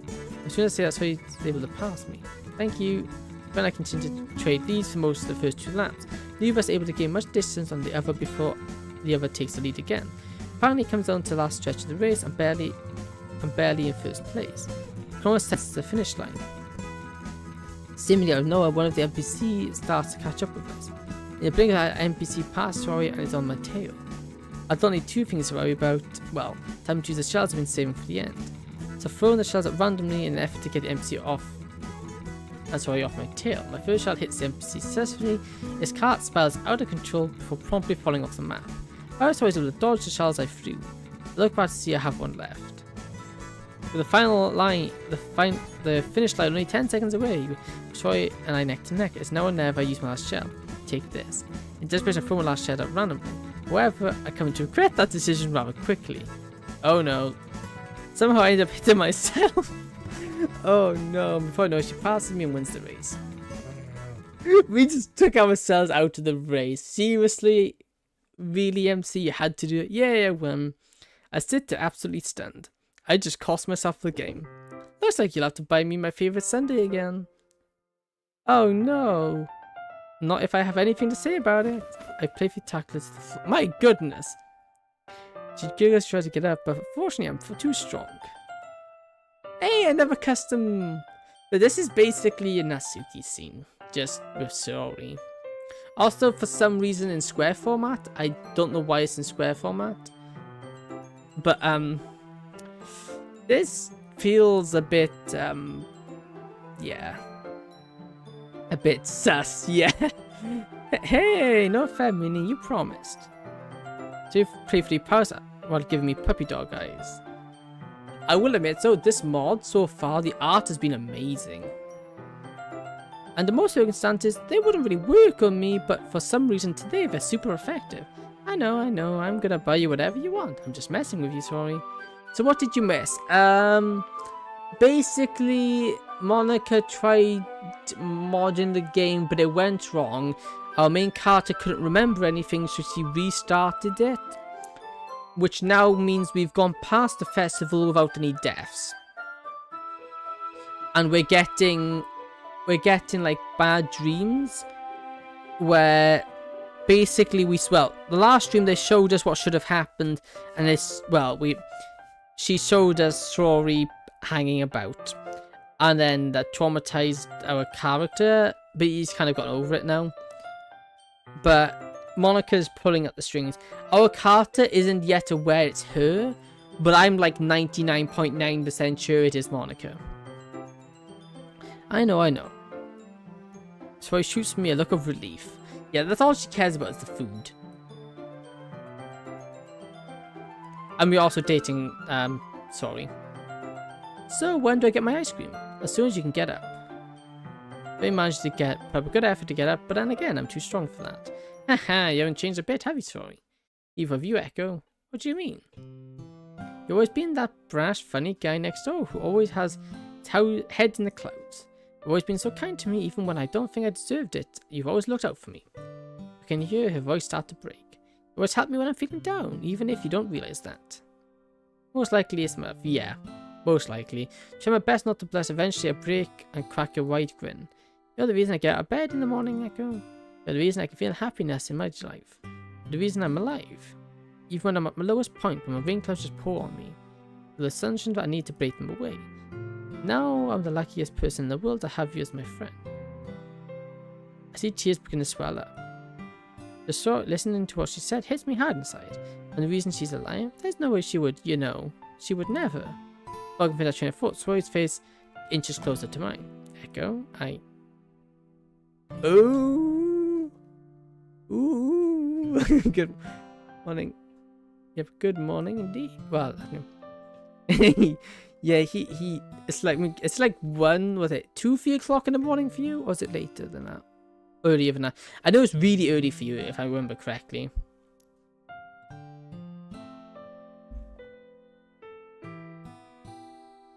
Yuri's lips suddenly meet mine. Sorry. Despite the sudden shock, I return in case our lips interlock. Taste the peach fills my mouth as our lips brush against each other. Smell cinnamon radiating from her hair seems to put me in a trance. Pulled by a lot, I swear she lays there with bated breath. The minute of silence between us, we lost each other's eyes. Finally, I decided to break the silence. So, I guess you won. Hehe, yeah, I won fair and square. Also, I had let help her up. Well, I think that's enough video games for one day. Want to see what's on TV? Yeah, sure. We spent the next few hours watching some old movies and cuddling. Eventually the sun sets and it starts to get dark out. Well, I better head back and get ready for tomorrow. Yeah, bummer the day went by so fast. Yeah, but I'll see you tomorrow, Echo. I had so much fun with you today. I love you, Troy. I'll see you tomorrow. We give me one more hug before leaving and go back to her house. She shuts the door, I collapse on the couch, exhausted about today's event. Finally kissed. Still can't believe it. I should have seen it coming, but I'm surprised with just how well my relationship with Saori is coming along. Even if I have no idea what I'm doing. Maybe this is what Saori needed all along. She just wanted to be around me again. Am I really the answer to all her problems? But then again, I don't really know how deep her problem runs. And if Saori's having rain clouds when I'm not around, well, she should be able to talk about her problems with someone else, not just me. I'm not even entirely sure if I'm the only one who knows about her problems as well. Her parents know about this, right? But again, Saori's dad isn't really around too much because of his work. And her mum moved back to the countryside following that divorce. And as Monica knows, I might be the only one she told. I can try to be around her as much as I can, but I can't be there for 24/7. Especially if my plans for summer still end up happening. Guess I'll have to figure something out then.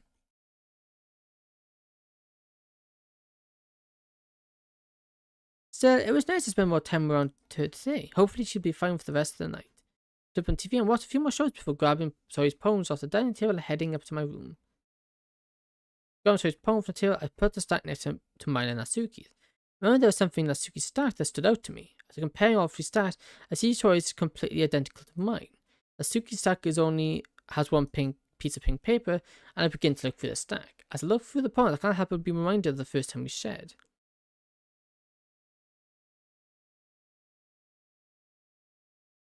I always found enjoying reading her poems, as simple yet so hard hitting as Monica's stories and Yuri's. Not to mention, I always found her word choice to be cute and adorable. It really suits her, even if she won't admit it. Though my train of thought, one piece of paper escapes my grip. Put the poem on the desk to grab the tray. Look at the title. I don't remember reading this one. My day with you. My day with you was perfect, it's true. You and I, proud and sweet. Who could have known I'd be swept off my feet? Baking with you broke down my walls. I just hope I wasn't the only one to fall. Ever since that day, I felt a connection. I can't hide anymore. This is my confession. I love you more than words can say. All thanks to our special day. Love, Natsuki. Oh, that's awkward. Very nice poem. I say Natsuki just had my favorite poems.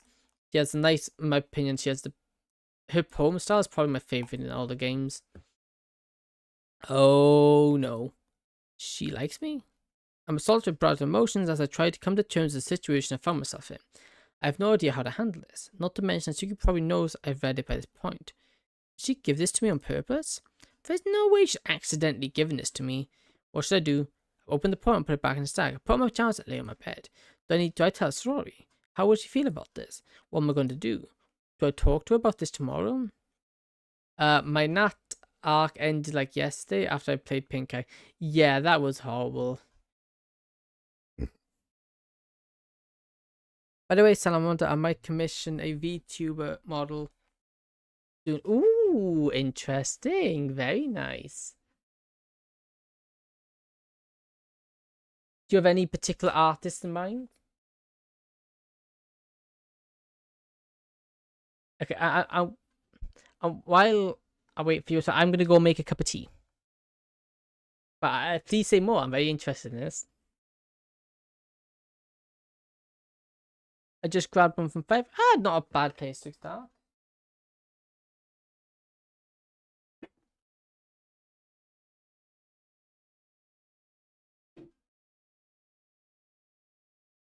I'm off to make a cup of tea, so BRB.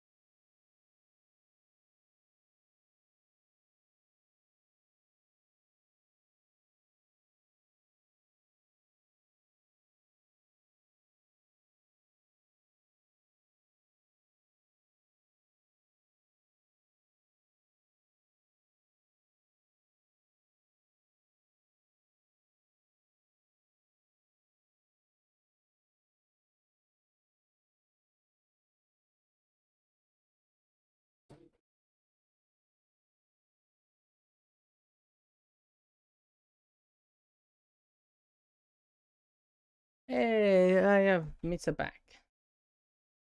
What did I miss? I'm grabbing 5, but be ready for vampire assassin who smokes cigarettes. That's, yeah. But, okay, it's interesting. Also, I might get one, but maybe because I can't get OBS to work. Okay. Okay. Also, missing the chat. Not cigars. Oh, there's a difference. Oh, yeah, I'm aware. It's not that big. It's like... Okay. Yeah, if you need some help with OBS, I might be able to help with a thing or two. I know a thing or two about OBS, seeing as I have to use it myself, and it can be annoying at times. Do I talk to Natsuki about this tomorrow? Or do I let her come to me? With the millions of scenarios that play in my head, my mind still eventually wears me down, and I drift into an uneasy sleep. What horrible stuff we're going to see this time. Oh, this is new.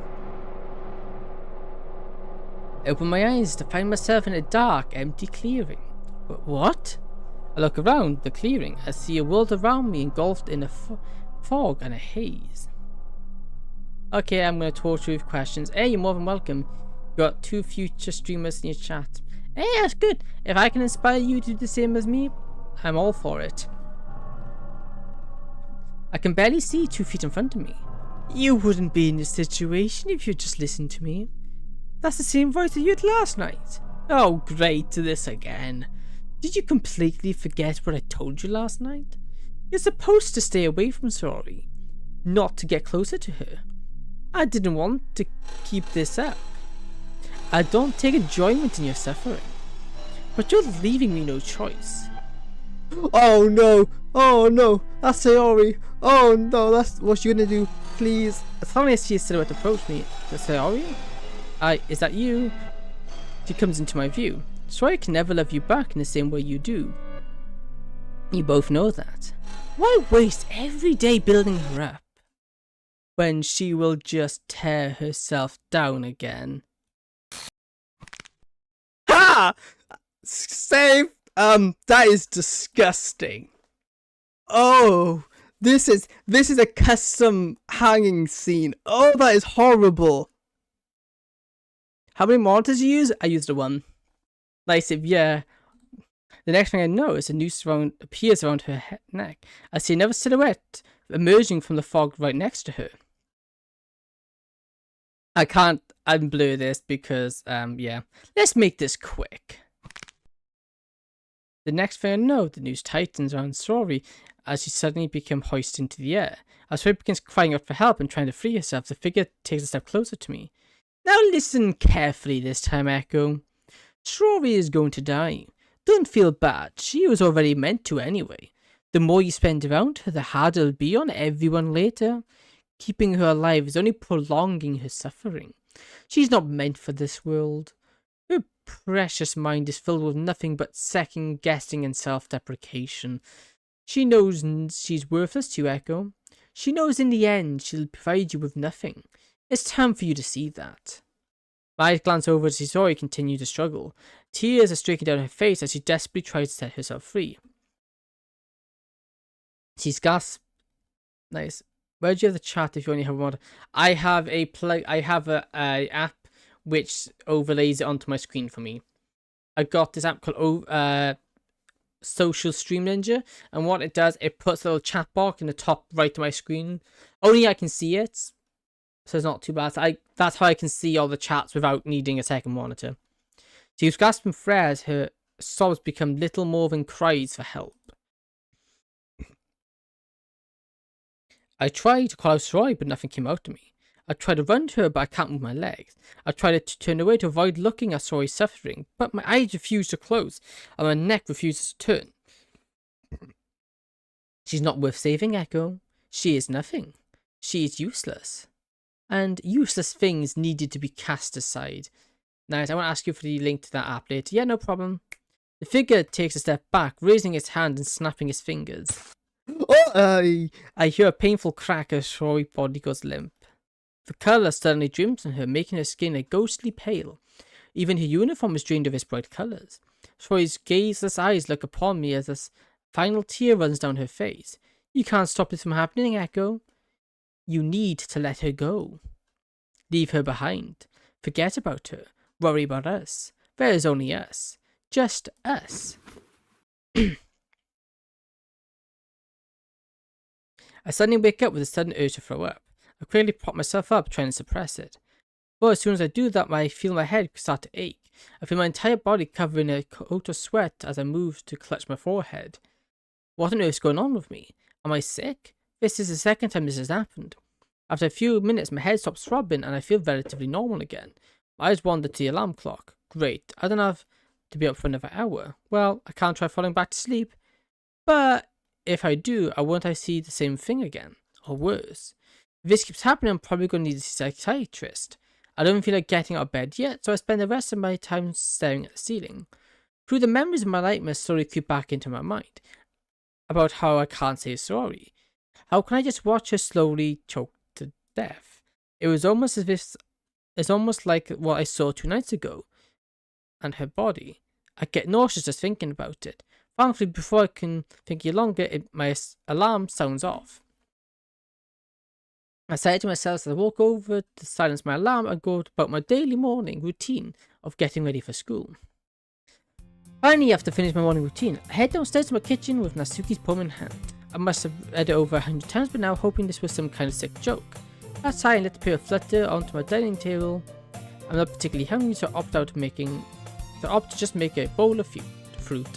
Grabbing the bowl, I send Sori a text to let her know if I'm up and she doesn't need to come over to wake me up again.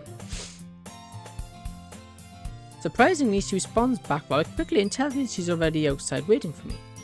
I write back saying I'll meet her as soon as I'm done with my breakfast. So we have 2 interests, love interests.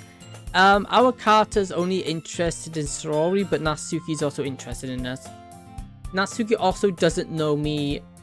We and Sori are a thing. I hastily assemble my fruit bowl and begin quickly eating it. Though I have come to realization I'll probably get everyone else's poems today. I'm uncertain if it'll even be a good idea for me to tell Natsuki about what she gave me. What am I even supposed to say? I still don't know how to put it sorry. There's no telling how she will react. And if I tell anyone else, it just feels like I'd make the situation more complicated. And Jerry probably won't be much of a help either. Maybe I can ask Monica, she'll know how to handle this. I sigh to myself as I pop the last piece of watermelon into my mouth and put Natsuki's poem in my bag and head out to meet Sori. Sori's already standing by the adjacent sidewalk of my house. Hey Echo! She beams joyful at me. Look at you, you woke up on the right side of the bed today. She manages a small laugh. Well, it's a Wednesday, which means it's only 2 more days until Friday. I forget how much you like Fridays. Well, not as much as I love you. I feel that was smooth. That was very smooth. I feel my face turn red with embarrassment. Sayori, yeah? I'm barely able to contain my grin as I figure out the best way to respond. Come here. Do it in my arms and squeeze it tightly.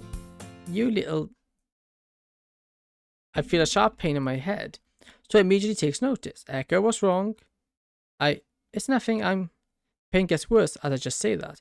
I end up having to take a step back from sweat as I clutch my forehead tighter. Just give me a second. A few more of the pain subsides. Are you okay, Echo? It's just a headache. Don't worry about it. Was it really just a headache though? You looked like you were in a lot of pain. Yeah, but it's gone now, so there's no need to raise a fuss over it, right? I mean, I worry about you, Echo. I want you to be okay. Were you feeling like this yesterday? I don't want her to be more worried about me, since I know I can't hide anything from her for long. I feel guilty about not opening up my own hardships, sorry when she does it with me. But she can always get worked up when there's something wrong, like she is now. And maybe these weird dreams off my chest might ease my mind a little, or make them worse.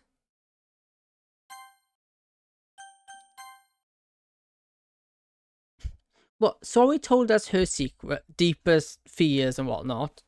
So we tell her. Decided to tell her. The past 2 nights, I've had awful nightmares. I've had no idea what's causing them. Do you want to talk about it?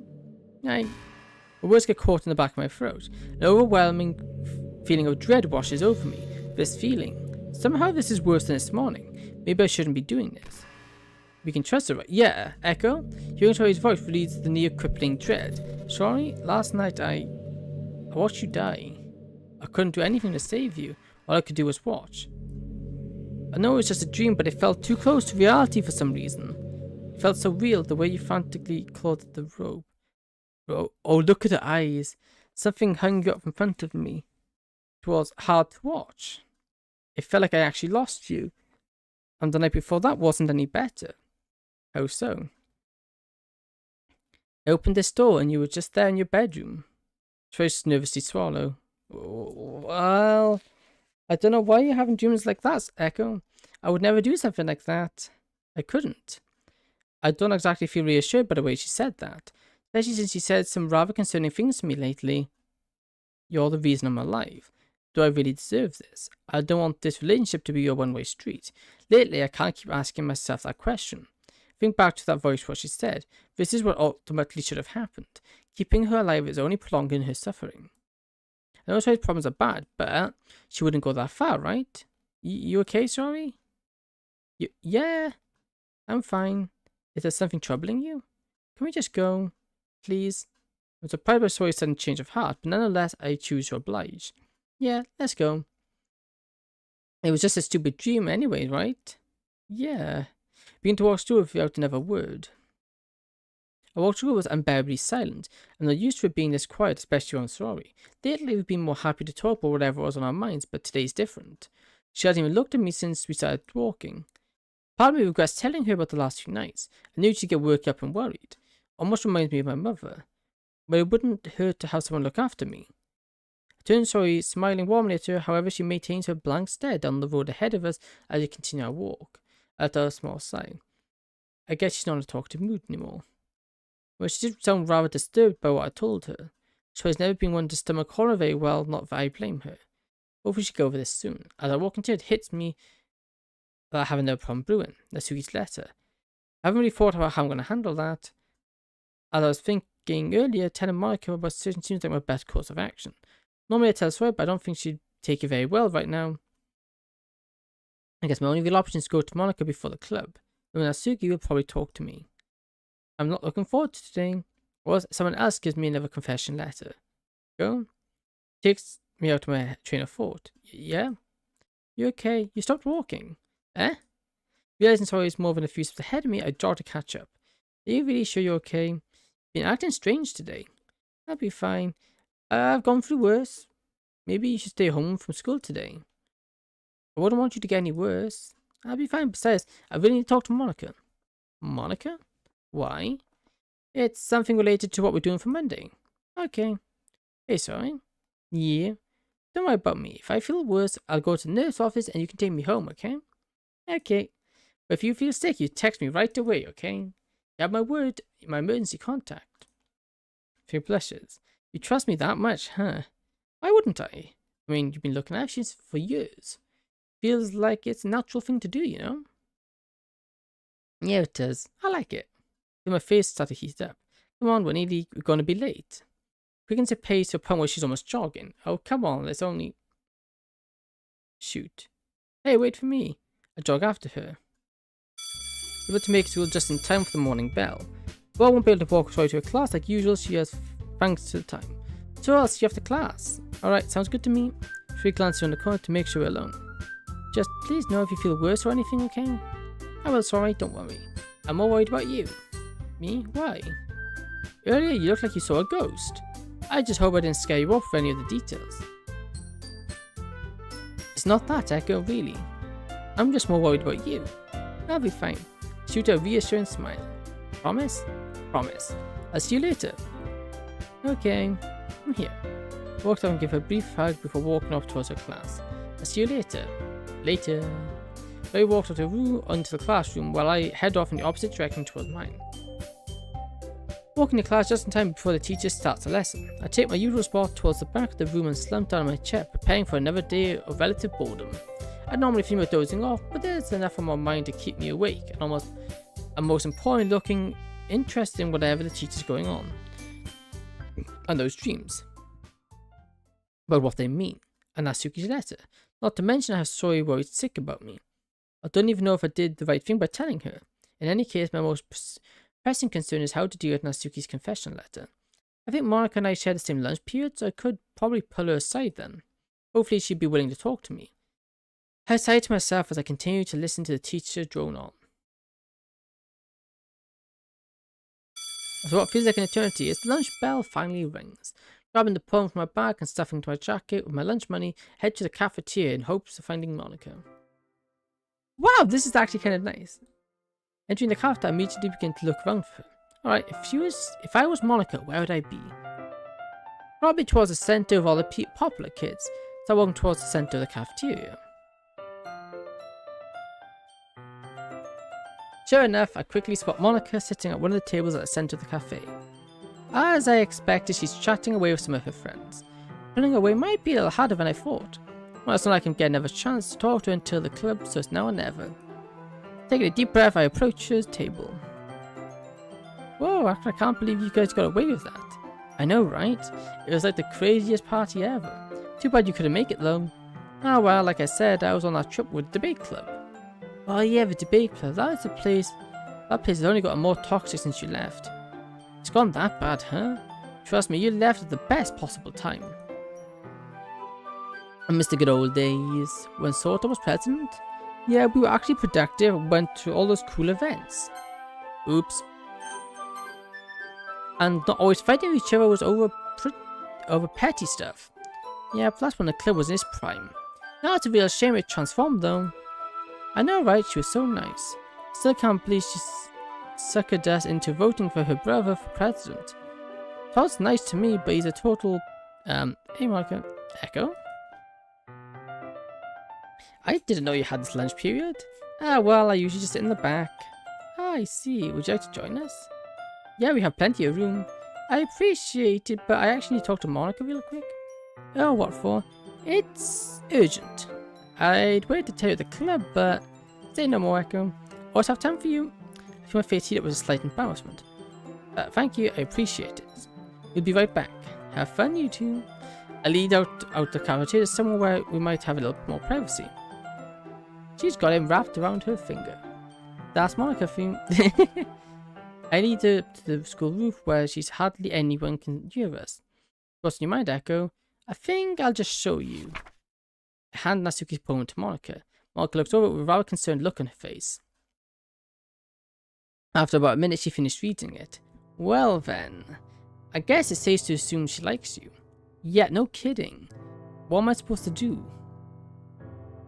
Hasn't this ever happened to you before? No, not really. Nobody's ever been this sweet in trying to take me out before. Usually somebody would just walk up to me, stammer through his thoughts before trying to ask me out. A few has tried asking me out through text, but that's way too cheap. Things would probably be worse had she chosen to text me or walk up to me and confess. I'd have no idea how to handle that. Yeah, I'm pretty sure she's going to try to talk to me later in the club room about this.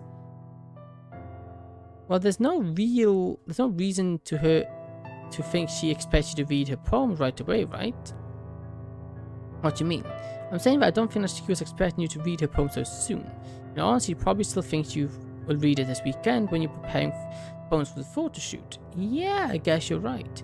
So I just tell her I haven't read it yet? Pretty much. At least that way you're buying yourself a little bit of time. Okay, but it doesn't really solve the problem. Sooner or later she's going to ask me about this. And I have no idea what I'm going to say. Well, it depends on how you feel about her, Echo. Do you like her back in the same way she likes you? I mean, happy or sorry, I wouldn't want to ruin what we have. And if I ever did leave her, we both know she'd be devastated. We mean a lot to each other. Yeah. That's why I know Natsuki gave this to you? No, that's another problem. She really wasn't in a good mood today, so I just figured it'd be a bad time to bring it up. Not to mention I have no idea how she'll take it.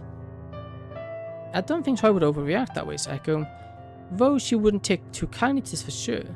So should I tell her about the letter? You're probably better off waiting to tell her for now. It's better you figure out what you want to say to Natsuki first. Alright, so what should I say to her? I don't know why, but rooftop is always here when we play. Yeah, it's a good point. It's always the same rooftop. You do actually make a very valid point there. Just tell her how you feel, Echo. Natsuki wants to know what's in your heart. You need to figure out who suits you best. When you figure it out, you should ask yourself some questions. Like what? Like, who can you always count on? Who can you always trust? Who would you be happiest with? Who will always help you? Who wants to see you succeed and is capable of helping you? Who are you proud to stand next to no matter what? Who will always put a smile on your face and build you up? Who isn't afraid to stand against the world with you? And I think you know one who checks all those boxes, don't you? I know you'll make the best decision for the club, Echo. I have faith in you. See, Monika's questions begin to etch in my head. Who will I be happiest with? Who can I always trust? Who can I be proud to say, yeah, that's my girlfriend, to my friends and family? I guess it'd have to be I guess it'd have to be Monika. She put words in our mouth. I definitely have a lot to think about later. Thanks, Monika. Really appreciate the advice. No problem, Echo. I hope I calmed your nerves a bit. Yeah, you helped. Though I don't know if I'm ready for today's meeting. I don't know if I'm ready to deal with all this. I'm sure she won't ask you about it today, Echo. But it wouldn't hurt to decide on what you want soon. In that case, I choose Monika infinitely. Yeah, I know you have a thing for her, though. Not for me. Yep, sooner the better, I guess. Yeah. Monika takes a look at her watch. We still have some time before lunch period ends. Would you care to join me? Sure, stressing over this does work up quite the appetite. I'm sure it has, Echo. Come on, let's head back. Without another word, Monika and I head downstairs to the cafeteria.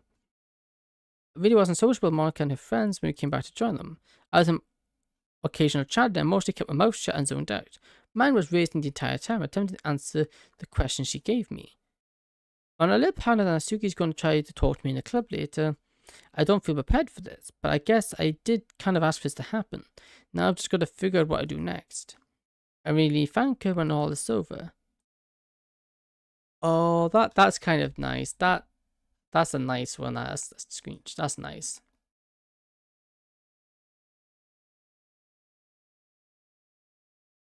That's very nice. Her advice has been pretty helpful so far, and I feel like I'll ultimately figure things out thanks to her. She certainly has been dependable. But before the school bell rings, signifying the end of lunch period. No, she is not my only option. Well, guess back to boring old math for me. Good luck there, Go. Yep, it was nice catching up with you. Likewise. I'll see you guys later. Ika and Ria packed their bags and walked to the couch, leaving me alone with Monika. Well, I guess I'll see you at the club later. Yep, I'll see you then. Hopefully you're able to give those questions some more thought.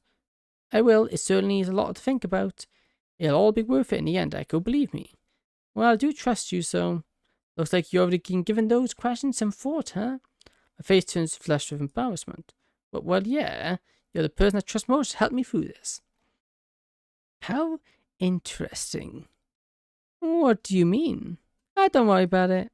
You have enough on your plate as it is right now. Yep, you're right. She shoots me a reassuring smile, but I can't help returning one myself. If you want, Echo, I can walk you back to your class. Mine completely goes blank. I don't really get the chance to spend much time around her. With everything going on, I'm hardly in a social mood. Then again, this is Monika. I guess a little company wouldn't hurt. She's nice enough to hear me out after all. But what if Natsuki sees us and gets the wrong idea? And what if Sori also sees us and gets the wrong idea? No thanks. Sorry, Monika. I think I should be alone for now. I do have a lot of things to think over. It's fine, Echo. I'll see you in the club. Yeah, see you then.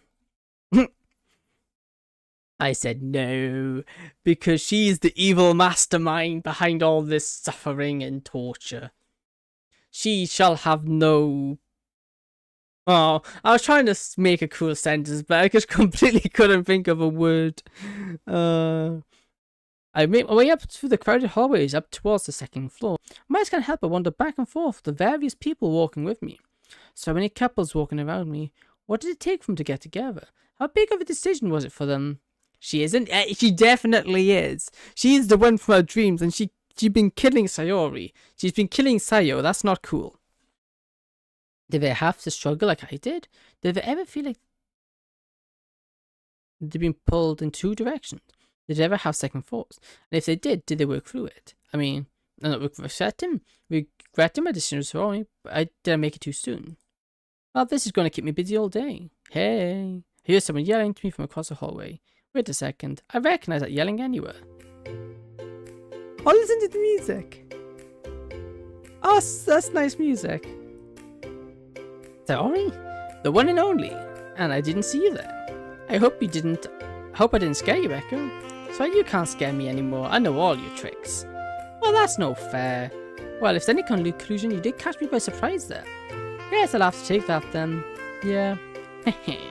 So how are you doing? I'm doing great. I just wanted to get some water and run into you. Yeah, we're heading back from lunch. How was it? Surprisingly, it was actually alright. I found out I had the same lunch period with Monica. Crazy, right? That's awesome, Echo. It's good to have someone to keep you company during lunch period. Yeah, it really is. Too bad we aren't sharing the same one this year. Yeah, well, I'm sure we'll have something together next year at least. I hope so. So where are you off to now? Back to good old algebra class with Sato. Oh, just try to keep your chin up, Echo. We'll be in the club before you know it. Yeah, can't wait. See, that's the spirit.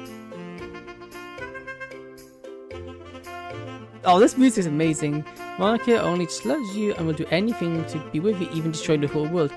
Yeah, but that isn't a good thing. Because what if we don't want that? Where's our choice in that? That's the spirit. I'm really lucky with story. I'm very lucky that story is bad at detecting sarcasm. I'm still praying that Suki doesn't ask me about her letter and that everything can be normal for at least one more day. I still can't decide if I should show Sori the problem I got. I can almost feel the weight of it growing in my jacket pockets. Well, hey, you always seem to make my day better. Echo, it's really you who makes my day better. Guess we're a really good for each other like that. Very blushing brightly. I can tell she wants to run up and hug me, but doesn't want to draw any unnecessary attention to herself. Well, I need to head back to class now. Alright, I'll see you later. Bye, Echo. Oh, sorry as we head our separate ways. My finger is ready on the F1 key, so I can ready to pop safety sorry if I need to. So I can go like this. I go like that really quick, in case I need to. The rest of the day seems to grind to a crawl as I begin the second half of the day. Well, I guess that just leaves more time to think about everything. It's nice running into Sori earlier. It's not like I see Sori around too much in school aside from the club. Yeah, that's why we didn't want to walk with Monica. I think that wouldn't have been good if she saw us with her. I think she would have done it. She would have done something. Okay. But given how long I've known her, maybe she could help me figure out what to say to Natsuki. I mean, she's my girlfriend, I have to tell her about this. Even if she's going to freak out initially, I guess all I can do is reflect on what Monica told me to ask myself. And look like I'm paying attention. After what? The long last, the bell rings, signifying the school day is officially over. Well, I suppose that means I'm going to blaze the words with Natsuki. I guess I think I have a general idea of what I want to say if it comes down to it. But hopefully things will just go smoothly for today. Finish packing my things and head out into the hallway to meet Sori. Sure enough, I spot Sori waiting outside the classroom. Hey Echo, hey Sayo, ready for another day of fun and literature. With you always. Well, in that case, better get going. Yep. Well, let's go, Echo. What are we waiting for? Without hesitation, I begin to walk Sori to the literature club. As we travel, I know usual, I can't help but feel the anxiety well up within me every step I take. To talk about it with Monica, we have talked to Monica about it. Before I take a deep breath and tell myself everything will be fine. Thankfully, Sori seems blissfully unaware of my apparent apprehension, but it's probably for the best. Eventually, we start outside the club. Well, here we are. Yep, can't wait to see what's in store for today. Why did the music cut? Why did the music go funny? The music's gone. Sori opens the door and steps in the club with me right behind her. Let's get this over with. Sure enough, the club is the same as it's always been, with everyone at their normal spots during their normal routines. Monica quickly spots us coming in. Hi guys. Hey Monica. How are you two? I'm doing pretty well. Looking forward to another great day with you guys. Oh, sorry. She's always a charmer. Teehee. I take you already have your poems there? Yes, I got hers yesterday. I just need your poems and Yuri's. Fortunately, I remembered to bring them. I'll give you to them when the club's over. Alright. Well, you guys can sit down. We're getting started in a few minutes. Sounds good to me. Monica leans and whispers something to me as I go sit down. So how are you holding up? Still thinking over a lot of stuff. Oh, in Kate and Natsuki asked for her confession letter, I have an idea of what to say. Well, that's good. Still, this is a pretty sensitive topic for you two. Just be careful what you say. I'll try my best. Great. Well, I'll be here if you want to talk, Moeko. Right now, I think I could use something to calm me down a bit. It's been a fairly stressful day for me about all this. Whenever I'm feeling stressed, I find music usually helps me calm my nerves. I'm working on something if you want to give it a listen. I'll think about it, thank you. Anytime. Goes back to the teacher's desk, leaving me standing in the middle of the room once again. Looking around the room, I'm trying to figure out who I can talk to without completely melting down and making a sort of scene. So of course, that leaves Natsuki out of the question. I guess there are only 3 people I could try talking to. And obviously, we're going for the one and only Sayo. I should see how Sori is doing. Walk over right and tip my usual spot next to her. Hey Sori. Hey Echo. You seem to be doing a lot better today. Well, that's because I got to spend so much time around you, silly. Yeah, well. My face heats up with embarrassment as I nervously scratch the back of my head. It's nothing, Sori, really. I mean, someone's got to keep an eye on you. Hey, what do you mean? I'm not trying to make you watch over me all the time. Why? It'd be a real chore to have to take care of someone like me. And if it was a chore, why would I do this? I received a boop on the nose. Hey, stop it. A boop on the nose a couple more times before she playfully slaps my hand away. So silly, Echo. I learned from the best. We broke her. Suddenly, I hear her stomach emit a loud audible growl that I'm pretty sure everybody in the room heard. I turn to face her who looks away in embarrassment. I know exactly what's going to happen next. Sorry. She then looks at me with her puppy dog eyes. Hey, Echo. Yes, I'm hungry. Can you come with me to get snacks? For windy attack. Third season of unknown. Yeah, the battle sheet.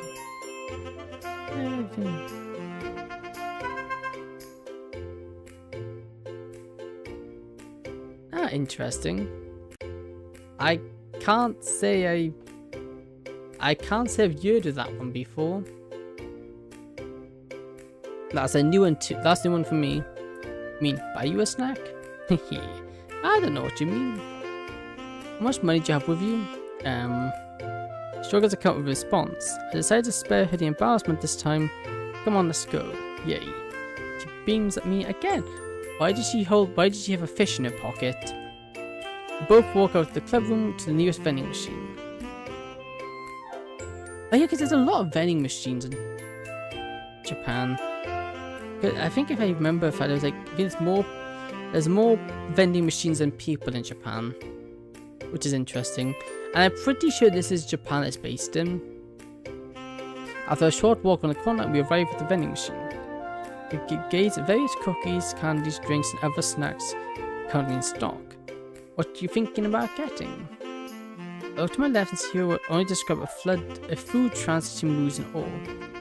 Walk me to its beautiful 5 years for simple.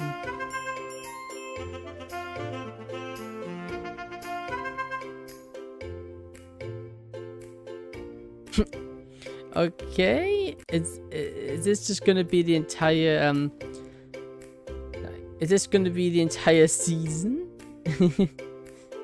Very interesting. I do superhero stuff myself. Really not my cup of tea. Ice cream. Guess the answer to that question. She moves has entered the number for the ice cream bars. Insert the coins in the coin slot, 2 ice cream bars tumble down on the tray. Hand the chocolate one while I opt the plain vanilla. Sit down on a nearby bench and begin eating our ice cream. So, does this count for ice cream that I already owe you? Oh, come on, don't be so mean.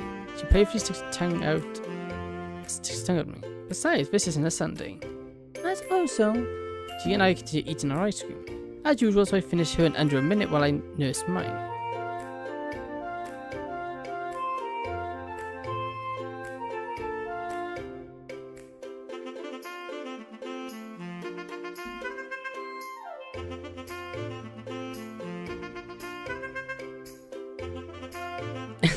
This seems like a very interesting anime. So as I start over to my ice cream, hey Echo, don't even think about it. Usually my stern voice is enough to deter her from munching off my food, but for whatever reason today she seems insistent. Come on. No, sorry. She slowly begins to scooch herself close to me while giving me her puppy dog eyes. I try hard not to look as I hold my ice cream as far away as possible. I try to grab my ice cream, but her reach isn't enough. Come on, Echo, please. No, I've already had yours. Let me have mine. We sound like children. This reminds me of times we would share food as kids. She would always beg to have what I was having when she would finish her food. For some reason, ever since I started studying, she's been able to break my resolve more easily. I guess they call that love. Please. She keeps trying to grab my ice cream, but failing to reach it. Ugh, you really don't share me, do you, Echo? But you already had yours. Yeah, but what? Yours is vanilla. When you should have gotten vanilla. She crosses her arms and pouts. This girl. I stand up for myself, and at some point, I have to stand up for myself at some point with Sori's never-ending hunger. But then again, with one bite, yeah, it said one bite. You one bite, and all you can have left is the lollipop stick. I've got something to react to at the end. Okay. All right, you win. Only one bite. Hooray! She reached over it, and I sheepishly put my ice cream below her face. Now remember, just one nom. Proceeds to gulp down all of my ice cream in one bite before I could even finish my sentence. Now she has vanilla ice cream all over her face. Hey! She grins as she trots back to the club and expecting me to hunt her down. Wait a second. She didn't even have time to wipe it off her face. Oh no. I hastily run to the bathroom to grab a paper towel and sprint back to the club room. Barge into the club room. Wait, sorry, you forgot to clean yourself up. I see Monica, Yuri, and Asuki all what they're doing and train their eyes on me. Evan turns around and see the vanilla ice cream on her face. Oh, this is a big misunderstanding. They turn back to me, putting on a mix of anger, bewilderment, and shock expressions on their face. This is exactly what I wanted to avoid. I can see the rage building up in Asuki's eyes while Yuri's face is flushed bright red. Monica simply looks irritated. Echo? What took you two so long? We just want to grab some ice cream, sorry it took so long. She sighs. It's alright, we were just getting a little worried since you guys were gone for so long. You need to give your poem for the event on Monday. Oh yeah, thanks. She walks up to me and hands me her stack of poems. Thanks, Monica. No problem. Walks Yuri, who's sitting at the desk. Hey, Yuri. She doesn't say a word or even acknowledge me. Guys, why did you not clean up? Yeah. Do you not have your poems? She briefly puts her book down and reaches for a bag where she retrieves a stack of papers and put it in the corner of her desk. I didn't get a good look at her face, but could tell she was bright red. Like an Asuki who's turned her cheek, clearly not wanting to talk to me either. Like an sigh, I put the poems in my bag. After carefully putting them away, I walk over Troy with the paper towel. You forgot, dummy. I flashed her a teasing smile. Hey, don't be mean about it. She takes the paper towel and wipes her face. Some things never change with you. Nope, it's just the way I like it. Just like the way I like you. Okay. For goodness sake, why are you so smooth? My heart skips a beat and I can feel the blush rush to my face. So sorry. Just then we hear the sound of giggling. I turn around and see Monica standing right behind me. Monica, didn't see you there. Sorry, I didn't mean to startle you. Just want to check on how you two lovebirds are doing. She flashes a teasing smile. Lovebirds? She flashed her confused look. Oh, come on, I already know you two are together. How do you know? She flashed me a curious look. I never did get a chance to ask her about how Monica knew we were dating. I just realized almost everyone is doing my... Yeah. Except Sorry. Sorry is not. She's innocent. I thought you told her, Sorry. So he turns back to Monica. I'm the club president. I know everything about everything there is to know about all of you. You might just say that, send a chill down my spine. Okay, I've just made my info page here on YouTube. Hey, nice. Let me have a quick nosy at it.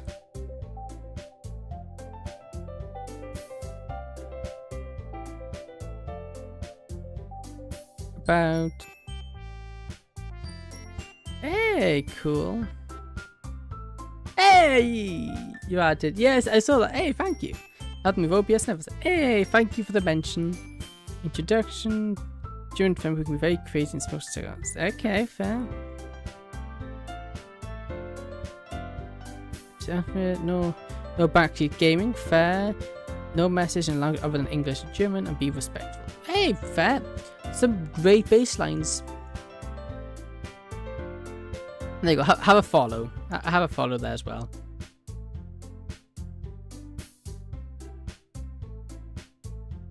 Shouldn't Monica say that? Sends us chilled in my spine. She isn't stalking us or anything like that, right? You also got a follow from me. Yeah, there you go. You got an extra 2 followers. I'm happy for you too. I really am. Your voice trails off and your eyes dart downwards towards the floor. Something tells me she isn't really being genuine here. It's just that I wish I could find a relationship like you guys have. Most boys only want me for one thing. We found at Monica. Oh, Monica. She stands and walks and pulls into a hug.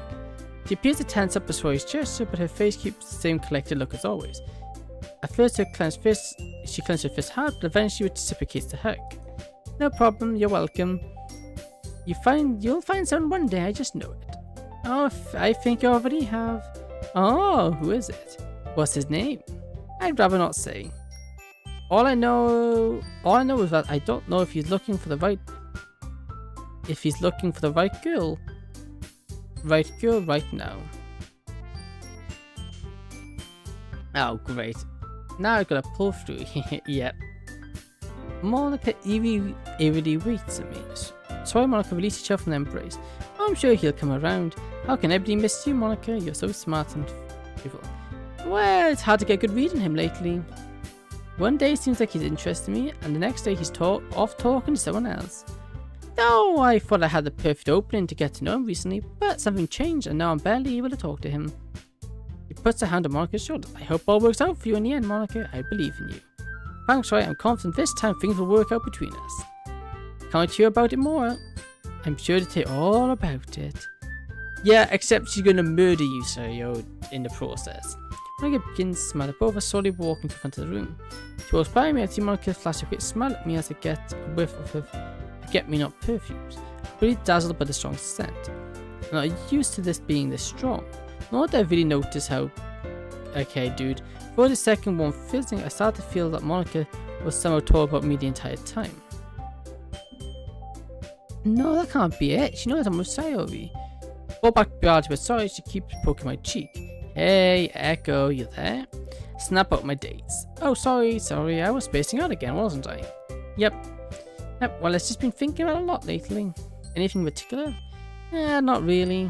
Faye isn't mad that I might have been staring at Monica too long. Well, thankfully she didn't notice or was choosing to overlook it. It's a little weird that she knew about us dating though. I don't think I told her. Maybe she figured it out on her own, I guess. Yeah, says everyone's going to figure it out eventually anyway. It's not like we're keeping this top secret or anything. Yeah, I know. I mean, I don't exactly want to scream out to the world we're together. Oh, you don't want to show me off? No, it's not that. It's just all my friends who are in a relationship are going to overwhelm me with advice and congratulations. And if I don't know if I'm prepared to deal with all that right now, we'd definitely be talking to school for a good week at least. Yeah, it'd be kind of nice though. That it would. So and I share a small laugh as we wait for Monica to start the activity for the day. What is today's? I want to tell you today's activity. If you see the front of the room, well, I've been meaning to bring this up for a while. I'll be finished the photo on Monday. We're going to read a piece of literature of our choosing. Even so, I nearly burst out of a seat of excitement when last week less outgrown. I'm more to just keep a neutral expression, but I'm kind of intrigued as what we'll be reading. Judging by her response, we're probably thinking on the same plane, hoping we're not giving something we had read for our own literature classes. Yeah, manga. That would be cool. Manga's cool. I have a few choices we can choose from, but I'm happy to entertain any ideas you have. Wait, is there a catch to this? Nope, so long as it's about literature. But ultimately, it has to be something everyone is willing to read. Her lips curl into a mischievous grin while Yuri shuts her eyes, embracing what Natsuki's about to say. It's Excuse me, so does that mean manga counts? Well, considering there's different kinds of manga, I'm willing to allow it for its inclusion in this activity. I guess some forms of manga could be considered literature. Yes. Pumps of fists in the air. Ditto dance. See, even Monica admits manga is literature. Just keep it in mind, it has to be something we all be willing to read, Natsuki. And I hope you'll be willing to read something of my preferred taste as well. I guess that seems fair to me. Good. So what are you recommending? I'd like to recommend a story. I currently hold a copy of Green Book by the name of The Two of Us. Just got started on it, but so far it's pretty good. Eyes widen. Oh, I've heard good things about this one. What's it about? It's about this girl who realizes she's living in a fake It's a girl who realizes she's living in a fake reality, but she finds someone else who knows this truth too. The story is about their struggle to accept their circumstances and their attempt to return to the real world. Okay, that is literally the story. That's basically Doki Doki. It's technically a romance novel, but it has some sci-fi and horror elements mixed into it. Sounds very familiar, doesn't it? Yeah, it really does. How come a book can be both a horror and romance? That doesn't make a lot of sense to me. I haven't gone that far into it, so I can't answer that. Besides, it'd probably be a spoiler. Yeah, I guess it would.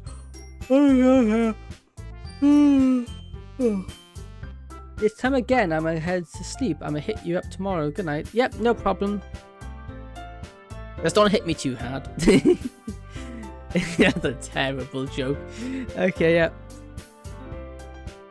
Anyway, yeah, good night. Thank you for stopping by. It's greatly appreciated. I mean, there's quite a few romance novels that mix horror into their story.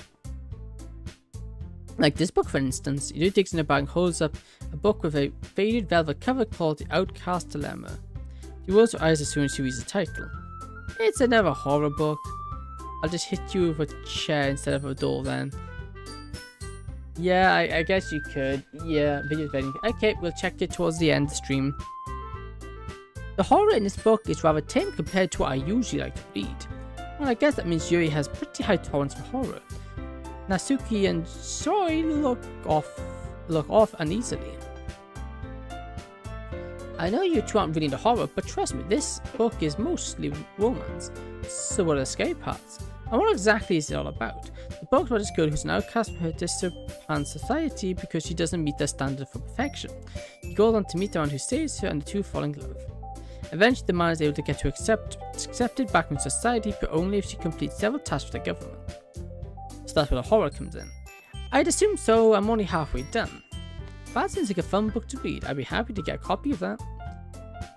I'd be willing to read anything if you guys recommend it. I don't exactly have a library back in my house. But if that's the case, I think you got something you might enjoy. Reading a bag of large light blue book called Love's Exit. Huh? I've actually heard of this one before. Actually, I think I have as well. This is one of the few mangas that actually got their own movie, though the manga got much better reviews. And it's about this boy who rescues his friends from an abusive family, but because his friend's family is pretty powerful, they have to go on the run. And while they're out there, they fall in love with each other, but they already know the situation is ultimately unsustainable. The ending of the story is really sad though. Never that Suki would be into something that's sad. So it's a romance tragedy manga. Yeah, pretty much. I read it a few years ago. I picked it up because it's a cute story on the outside, but when I was reading it, I realized how wrong I was. It's a good story all around, though I probably wouldn't read it if I knew it was a tragedy. I have to admit, you have intrigued me. Wow, really? Never thought I'd see the day where you actually pick up a manga. Just hope to see the day where you pick up a horror novel. Hey, I said I was willing to try. It just needs to be the right story. What do you mean by that? Sensing a contention, Story steps in. You know, I think I might have a story we could all enjoy. Holds up a cover called Rainshine. I'm not familiar with this one. What is it about? It's about this girl who splits personality, and stories about her struggles in trying to overcome it. The ending is really bittersweet. Okay, so now, can I just say this? All of those books relate to them as a person. Yuri's is... What was hers again? What's hers about? Monica's about being trapped in a gang. Hers is about being split personality, which is kind of representative of her depression because there's two different sides of her. Natsuki's about abuse, which obviously is a thing. I think she should read. That's a good one. And what was Yuri's about again? I don't remember. But I'd imagine, I think it relates to her as well. Sounds like it could be interesting. You read it before? Yep, I've read it a couple of times. Well, but I haven't read it recently. It's actually one of my favourite stories. I didn't even know I had a favourite story. Much less, I didn't know she liked reading something like that. But I guess with the way she described it, I think that I know the reason she likes reading the book. In fact, I think there might be seeing a general trend in each of the books described by everyone. They all have female protagonists and the story revolves around them and love them somehow. I guess that's what I get for being the only guy here. Right, so we have our options. I'll look into seeing copies for all of us for tomorrow, and if I'm able to, then we can decide on which one to read first. Is that okay with everyone? Everyone nods in agreement. Alright then, today we still have time for club end, so you're free to hang around. Echo, I believe you have everyone's poems? I do. Awesome. Well, let us know if you need anything else. I'll be sure to. Everyone gets up and goes back to their respective areas. I know Troy started to pick up her things, so I assume she wants to leave soon, so I'm walking over to join her. Well, I feel attacked myself as I'm walking over. As I turn around and see Natsuki standing there, menacingly. Standing right behind me. My heart immediately starts pounding against my chest. Anxiety builds up from inside me. Oh hey Natsuki, what's up? Try to steady my voice as best I can. Fortunately, she doesn't seem to notice, as she seems rather unnerved as well. Just now before looking at me. Look, I'm sorry for how I acted earlier. I didn't mean to brush you off without a chance to explain what happened. I've just been having a bad day today. It's fine, really. I'm just glad you can put it behind us. She smiles and we stand in the middle of the room awkwardly. So what's got you down? I think I might have lost one of my mangas. It was a special edition copy and it was super expensive. Oh geez, you know where you might have left it? I think I have an idea where it might be. Okay. Prediction. I have a prediction. He's going to try to lure us out somewhere. He's going to try to lure us out into somewhere just by her. I think the one I can relate to is Sayo because I have split personality. It's not like bad, but at school I'm very quiet. At home I'm still quiet, but I'm a little more talkative. Not fair.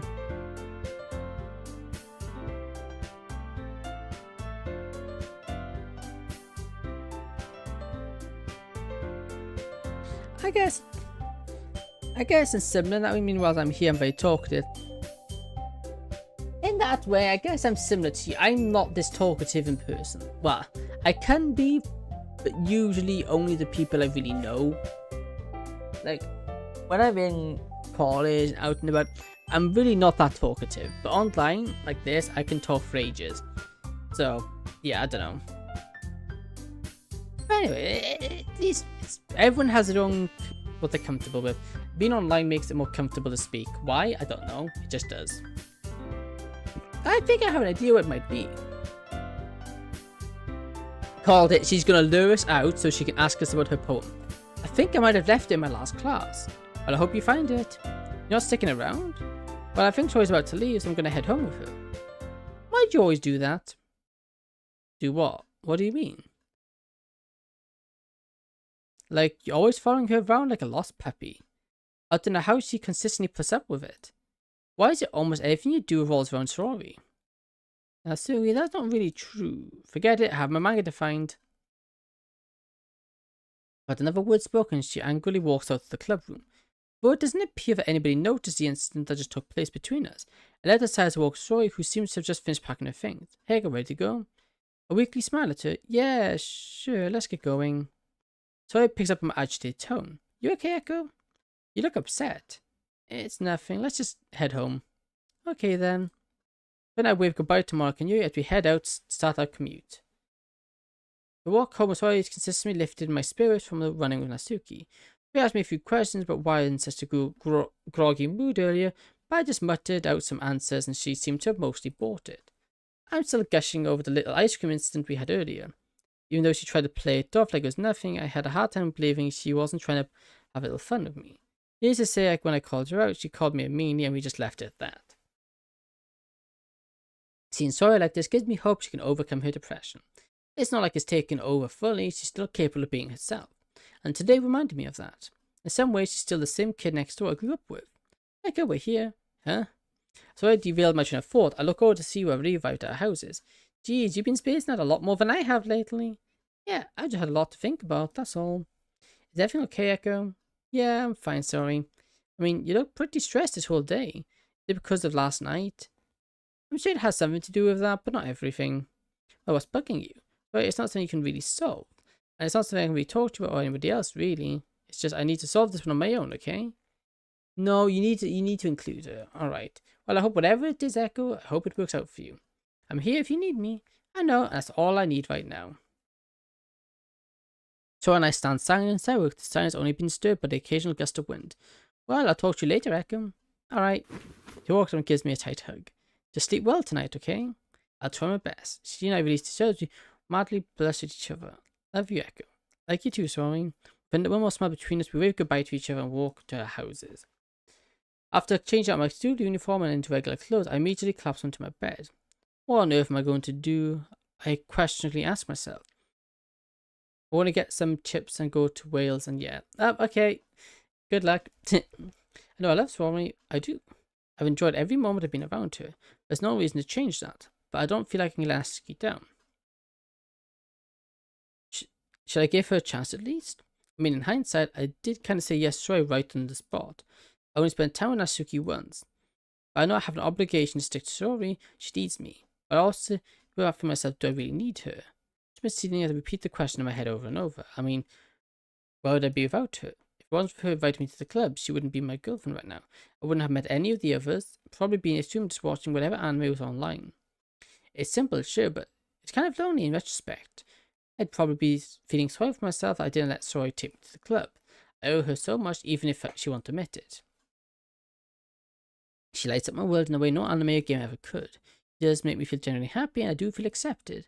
Not to mention we put up with each other for all these years. My life would probably be dull and boring without her. Every little fight we had over ice cream was kind of fun. Even though I did indulge her and let her take my ice cream from me, it's good to see her beside her despite whatever she has to endure from her ring clothes, she still knows how to be herself. I'm back landing in Wales. Hey, welcome. But if it wasn't in her life, I would not have gone so close. She continued to have those ring clouds, and where she'd be. I almost fear the answer. Not that I think so I would ever do something I saw in my dreams. I have a sinking feeling that it may have crossed her mind.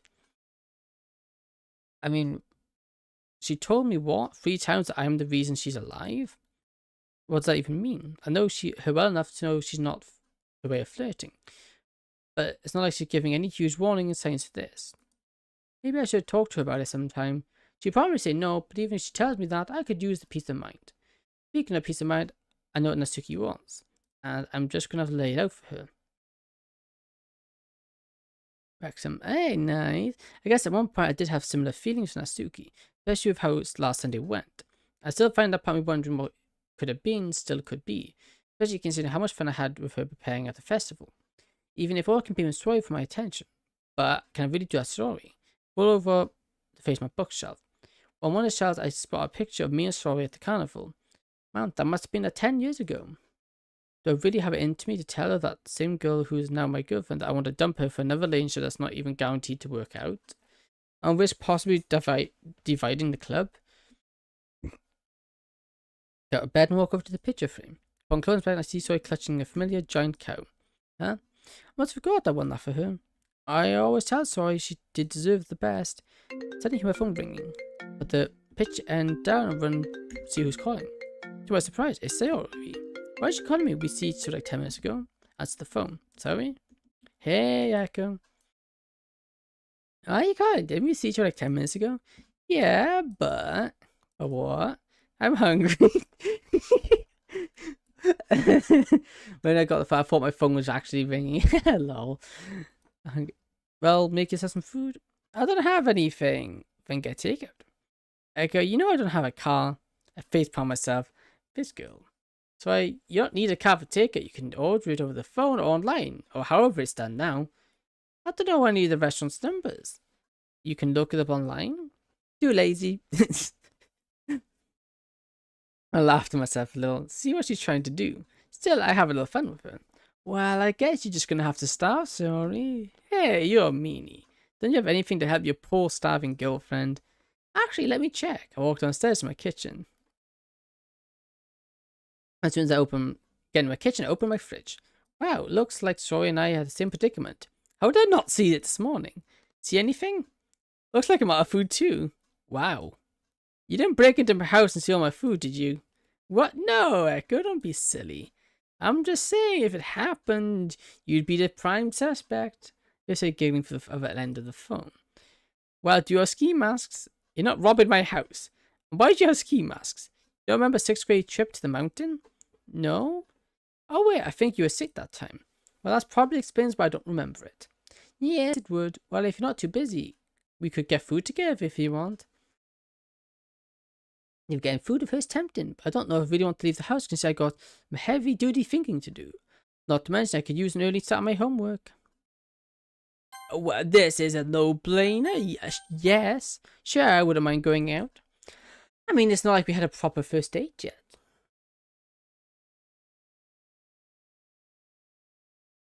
Not taking you away from anything, am I? No. And to be honest, I could use some extra. Okay. Well, we're not going anywhere super fancy, but I did have one place in mind. It's in the city. Sounds fancy to me. It's not anything super. It's just a fast food place. Hey, I don't mind. But food is food, and it's not like I have a preference right now. Yeah, me neither. I'll meet you outside in a few minutes, okay? Alright, see you in a bit. Bye. Sorry, disconnects the call. I'm very surprised she wants to go out. We haven't gone out to eat together in years. Although I'm more than happy to take up on the offer. All this thinking does work up quite an appetite. Hopefully he doesn't try to take my food again. I've got my keys and walk out my house to meet Sorori. And you know what? That marks 2.5 hours, and it is 10 o'clock.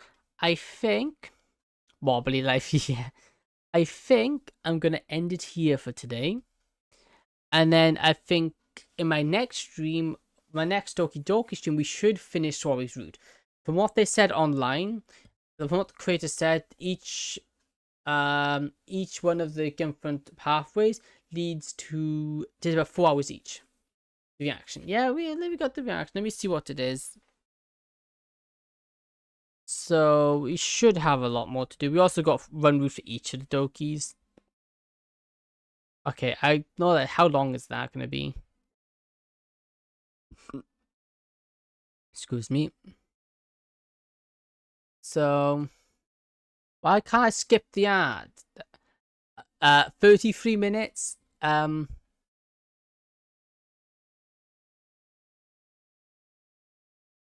Okay, I might watch this off camera, but 33 minutes to watch on stream is a little, 31 minutes, half an hour thing to watch is a little long.